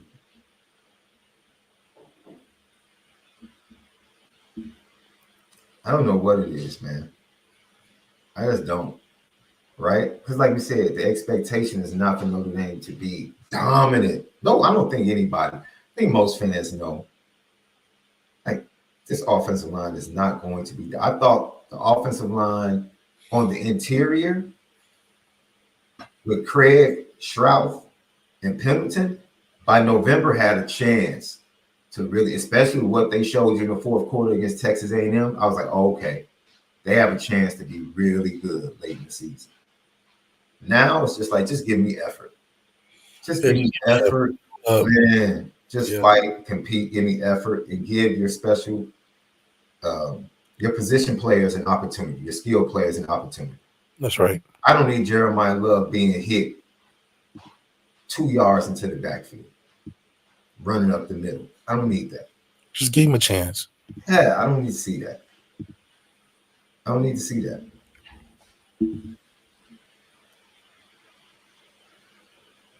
Man, next year, I'm not even thinking about the O-line next year. I'm not. I know Billy Shroud will be on the O-line. I know Ashton Craig will be on the O-line. I know Emil Wagner will be on the O-line, and I know Charles Jagasaw will be on the O-line. There's one spot up for grabs. That's it. One spot up for grabs. Gerby Lambert probably is going to be in the running at the right tackle.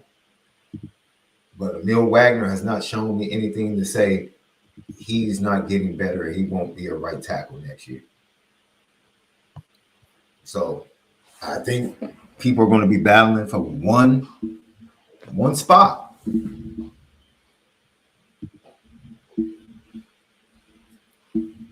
One spot. That's it. That's it. And we got to figure through. They got 3 studs coming in. Yeah, Owen Strebick. Oh man, there's some dudes coming in the 25 class. It's going to, once again, they're going to be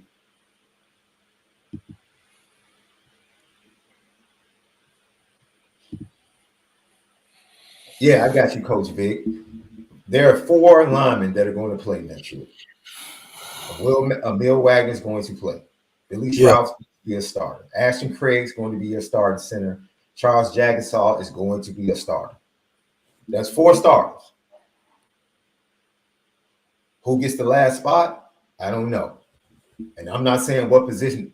Ashton Craig is the only one. Ashton Craig and Billy Shroud are going to be your right guard and center. And then Charles Jagasaw be a tackle. You know, if they choose to move him inside and then choose to play Gerby Lambert at one of the tackles to get the best 5 on the field with Emil Wagner, they could do that. If they feel like those are their best 5, they can say, okay, we're going to put Gerby at the left tackle, put Jagasaw inside. If they're talking, if those are indeed their top 5, but that still means Gerby Lambert won the last spot. Yeah. So I'm not going to sit here and say the positions, but there are 4 guys that are going to be starting. If healthy.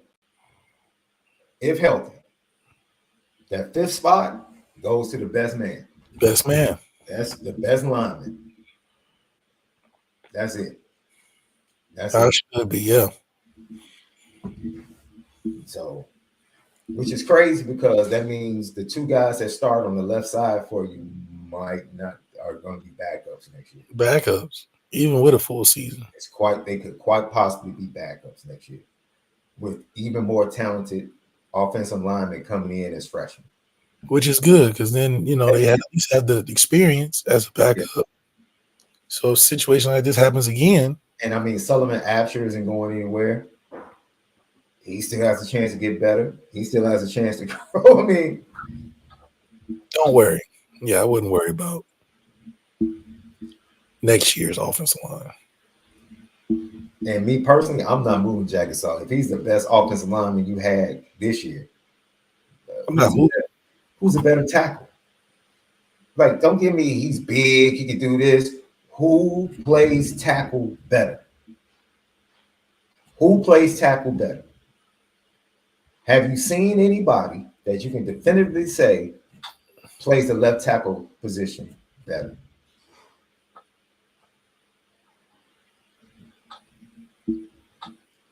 So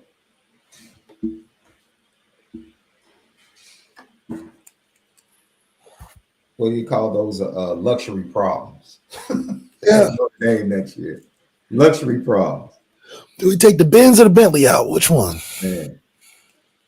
Man. Well, the Bentley is more of a for me, the Bentley is more of a everyday car? Nah, it's like going out downtown, date night, pulling up in front of the 5-star restaurant. That's okay.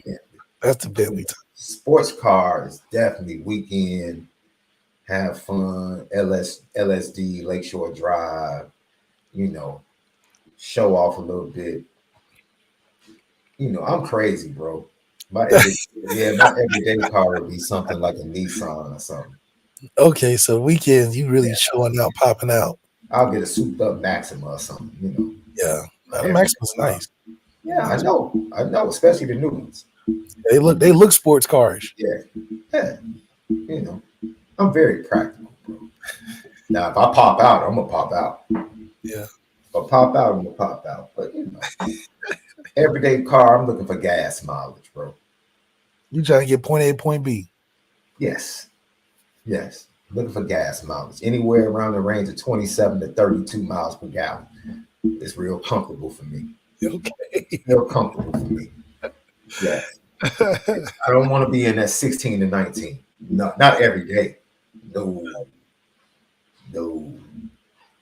I can't do that. Escalade. Oh no. You get 15 miles to the gallon. Y'all I see people love giving their money to these gas companies, bro. I can't do it. Give me a Toyota or a Nissan. I'm good. Nissan's where it's at, man. Hey, man. I'm all good. I'm not a Tesla fan, and I'm not that Cybertruck is ugly to me too. So I'm really ugly. Yeah, I've never been a Nissan fan. Like, I don't look. They asked me if I wanted my dad's truck. After he passed, he had that the Expedition. Nah, too much gas. There's some trade value for that. Too much gas. I don't want anything. You turn into a Toro car. Get you start working. No. Mom's actually kept it because Mom's is like, we do a lot as a family, and it really does help. Like, if 8 of us decide, like today, it's 80 degrees up here, bro. In October. That's crazy, right? With that, it'll drop quick. So it's like it'll be like that and it'll drop. It's like, yeah, we're about to go enjoy this weather. Yeah. So we decide, he has the Expedition Hybrid. So it's weird when it shuts off. You sit at the light and it shuts off. It shuts off. But I love using the massage. The chair massages you as you drive. I guess. It's a blessing. Bells and whistles. You got to watch that though, because it can lull you to sleep. Put you right, and literally and figuratively. right out. You be like, damn. No, I'm a practical guy, man. Every day. My favorite car all time. Right, so I had the Nissan Sentra with the spoiler on the back. That was my college car. Mm. Then right out of college, I had the Nissan Pathfinder with the spoiler kit, sign on the side, sports edition. I went from that, and my favorite car all time, bro. I had the CLK 320 when they had the bubble lights in the front. And that bad fella was playing around. He wasn't playing. That's a good car right there. That fella was like a mint green metallic paint. Oh, mint green. Okay. Yeah, dude. I didn't see too many on the street, bro. Bruh, that's still to this day. I'm telling you, I'm gonna find one that's been kept in good condition and just keep it. The mint green? Yeah. It was a 98. It was 98. I love that car. That was my favorite car. Right? My favorite car to drive was honestly my missus' car. Really? She used to have a Lexus GX. Y'all in style now. That bad fella was smooth. Yeah, y'all doing the style now. I like that. That was a smooth ride. But see, this is how practical I am. So, and this is crazy. My CLK cost me. I got a pre. What do they call them? Certified pre-owned. So when I got it, it had like maybe 20-some thousand on it. Oh, that's nothing. The car costs 31 at the time. Then I got my E-Class. I traded that in and went up to the E-Class. So I went up I got my E-Class. My E-Class was right around 50.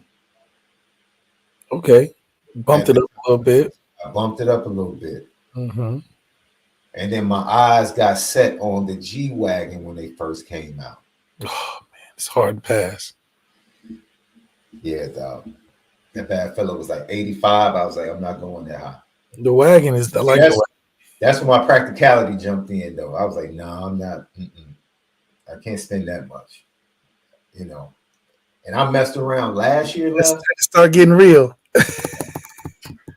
So I messed around and went in a dealership recently, and I saw that the E-Class now is like 80,000. I almost lost my mind, bro. I was like, yo, these vehicles are getting out of control. These car prices are absolutely getting out of control. So, man. Anything else? Tennessee, Alabama, Colorado, big win. Man, shout out to Colorado. Let me tell you something. People can say what they want to say about Deion Sanders. Colorado was playing at an FCS level when he got there. The cupboard was bare. They are a respectable Division I Power 4 football team, in my opinion, right now, program-wise. They are respectable. In a year, and it's been a year and a half. In a year and a half, he's taken them from the basement of college football. They are not a playoff team. They're not a title contender. But how they have improved as a program, you have to sit back and say, okay, that's a pretty good job. Like, give him some credit for what he's done. If you want to say he's done that on the backs of two players, then fine. That's cool. But what they did Saturday, man. Texas, Alabama, ladies and gentlemen, Malik has 3 more losses that Alabama has to find on this schedule. 3 more losses. I don't know if I gotta find it. They just gonna give it to me. They might give it to you. They might give it to you. They That's They got some tough games. They got to still play. Coach Vic. That was a big win. You know what? That was very impressive by Brady Cook. It was because he had got knocked out the game earlier. Yeah. Oh, Drew, ladies and gentlemen, Drew Pine is bad. Oh, watching him come in the game for Missouri, I was like, oh boy. Yeah, Marcus Freeman, I see why you had that discussion, bro. He's not good at quarterback. He's just not. He's not. Brady Cook had to come back. Came back to win. Save the day. Auburn, you still stink. Friendship Guess Academy. what? Guess what, Kenyatta Watson? You were in it. That's what matters to recruits. Oh, yeah. You were in it. You were close. close. We were close to Georgia. We were close to these losses. We were close to Missouri on the road. Yeah. Never mind, we gave up a double-digit lead in the fourth quarter. Gave it up because they smooth had it with True. Till Brady Cook came back. Yes, that was a big win by Missouri. Big win. Huge win. Anything else from the weekend before we get out of here left? Great show, guys. Great show. We gave 3 hours today. Put in that work. Yeah, we put in that work today. Anything else left before we get out of here? I thought we covered it all. I mean, the pettiness is these coaches are getting pettier and pettier. Hey, Cheryl Reeves, I'm here with you. Kirby Smart, I'm right here with you. Hey man, Cheryl Reeves, like, hey man. When have we ever seen coaches go this hard? Man, what, we were going for number 5? Yeah, they got one in 28 years. They got their first one in 28. Good job. Good job. We working on our 5th. Y'all working on your first one ever.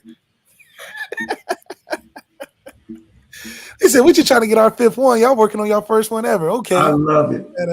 I love it. I love it. And oh man, Kirby, I don't care how dirty your program is. I don't care about the police blog. I don't care about none of that.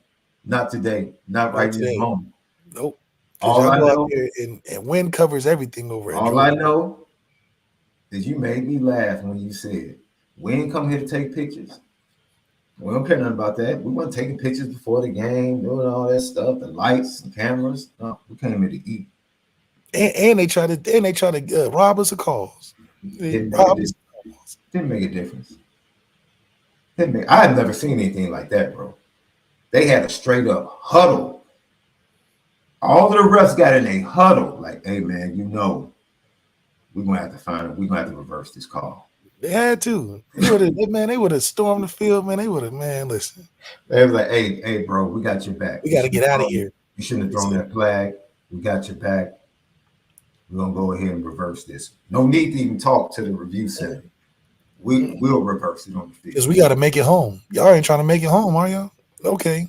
We need to go ahead and make the right call then. Yes, we're throwing water bottles and beer bottles on the field. Like, that's how bad they needed that win. They didn't throw bottles when they was getting sacked, though. Tell you that. They didn't throw no, Come on, man. You know something else that stood out? ILL, baby. INI. ILLINI. Enough said. Enough said. Yeah. Enough said. We'll see how that goes. Enough said. We're a quarterback away from being undefeated. Oh, so, now you that deep. Okay.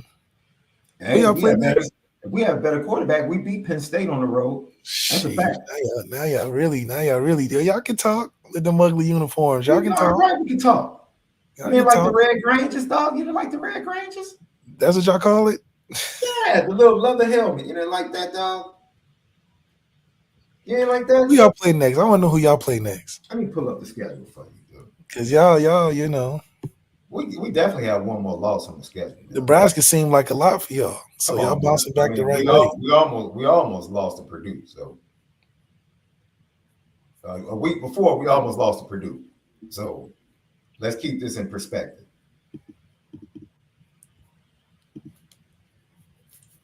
Next we play, oh man. I'm going to tell you the game we're going to lose. I can tell you right now. At IU. At Oregon. at Oregon. We're about to lose next Saturday. The travel gonna be different for y'all. We're definitely losing to Oregon. We might lose 3 more games. I'm gonna be honest. No, don't try to sub your team now. No, I'm not subbing. I'm talking when I can talk. Debo's not here. When Debo ain't around, I talk. Don't try to be ultra. No, I'm like Smokey. When Debo ain't around, I talk. When he comes around, no. I think we beat Northwestern. I think we beat Michigan State. I think we have a pretty good chance of beating Rutgers. But we're definitely losing to Oregon. But see, the thing is, every team on the schedule they can lose to. They legitimately can lose to Minnesota. Legitimately, they can lose to Minnesota. But it's at Illinois. So I'll give Illinois the edge. Okay. They legitimately can lose to Michigan State, but that's at Illinois. That's another tough game. Yeah. On the road at Rutgers. I can win that. Yes, they can win that. And at Northwestern. Northwestern is like that. That's that rivalry game at the end of every year. Even if we're better, Northwestern just. It's just gonna be a tough game to win. Yeah. So yeah, they but this is the thing though. If Notre Dame loses 3 games, dude, people are in misery. Oh yeah. If Illinois loses 3 games on the year and wins 9, oh, we throwing parties all year. That's the difference right there. Now that y'all walking away proud. The expectation, we're walking away proud. In the new Big Ten, we went 9-3. Oh, yeah. Beating the champion in Michigan. Y'all got a lot to ride on. Yes, absolutely. That's good enough to ride into the basketball season. Penny train though, the Illinois fans, that was the worst field storm I've ever seen in my life. Absolute worst. Absolute worst. It's Michigan. Defending champs. I get why you did it. But it is the slowest field storm. Slow. It was real slow. It was like y'all halfway in, halfway out now. They panned away from the field and hoping to get more crowded. Yeah. They panned away and the field was still half empty. I said, yo, this is bad. Y'all let Vanderbilt storm better than y'all. Yeah, we're not. You're right. You're right. Like we didn't knock down the goalpost, anything. They took the goalpost and walked it down the main strip in Nashville. Tennessee. Up to the river. They took it all the way to the river. And then threw it in the river. Yeah, them boys, Country boys, wild, man. Left, man. See you guys tomorrow. Marcus Freeman, he met with the media today. We'll chime in and start looking towards Navy. Hear from the players the rest of the week, and we're here for it right here. Notre Dame Navy on tap. For Left, SD2 Mics, have a great Monday. And most of all, continue to make sure that you spin it different.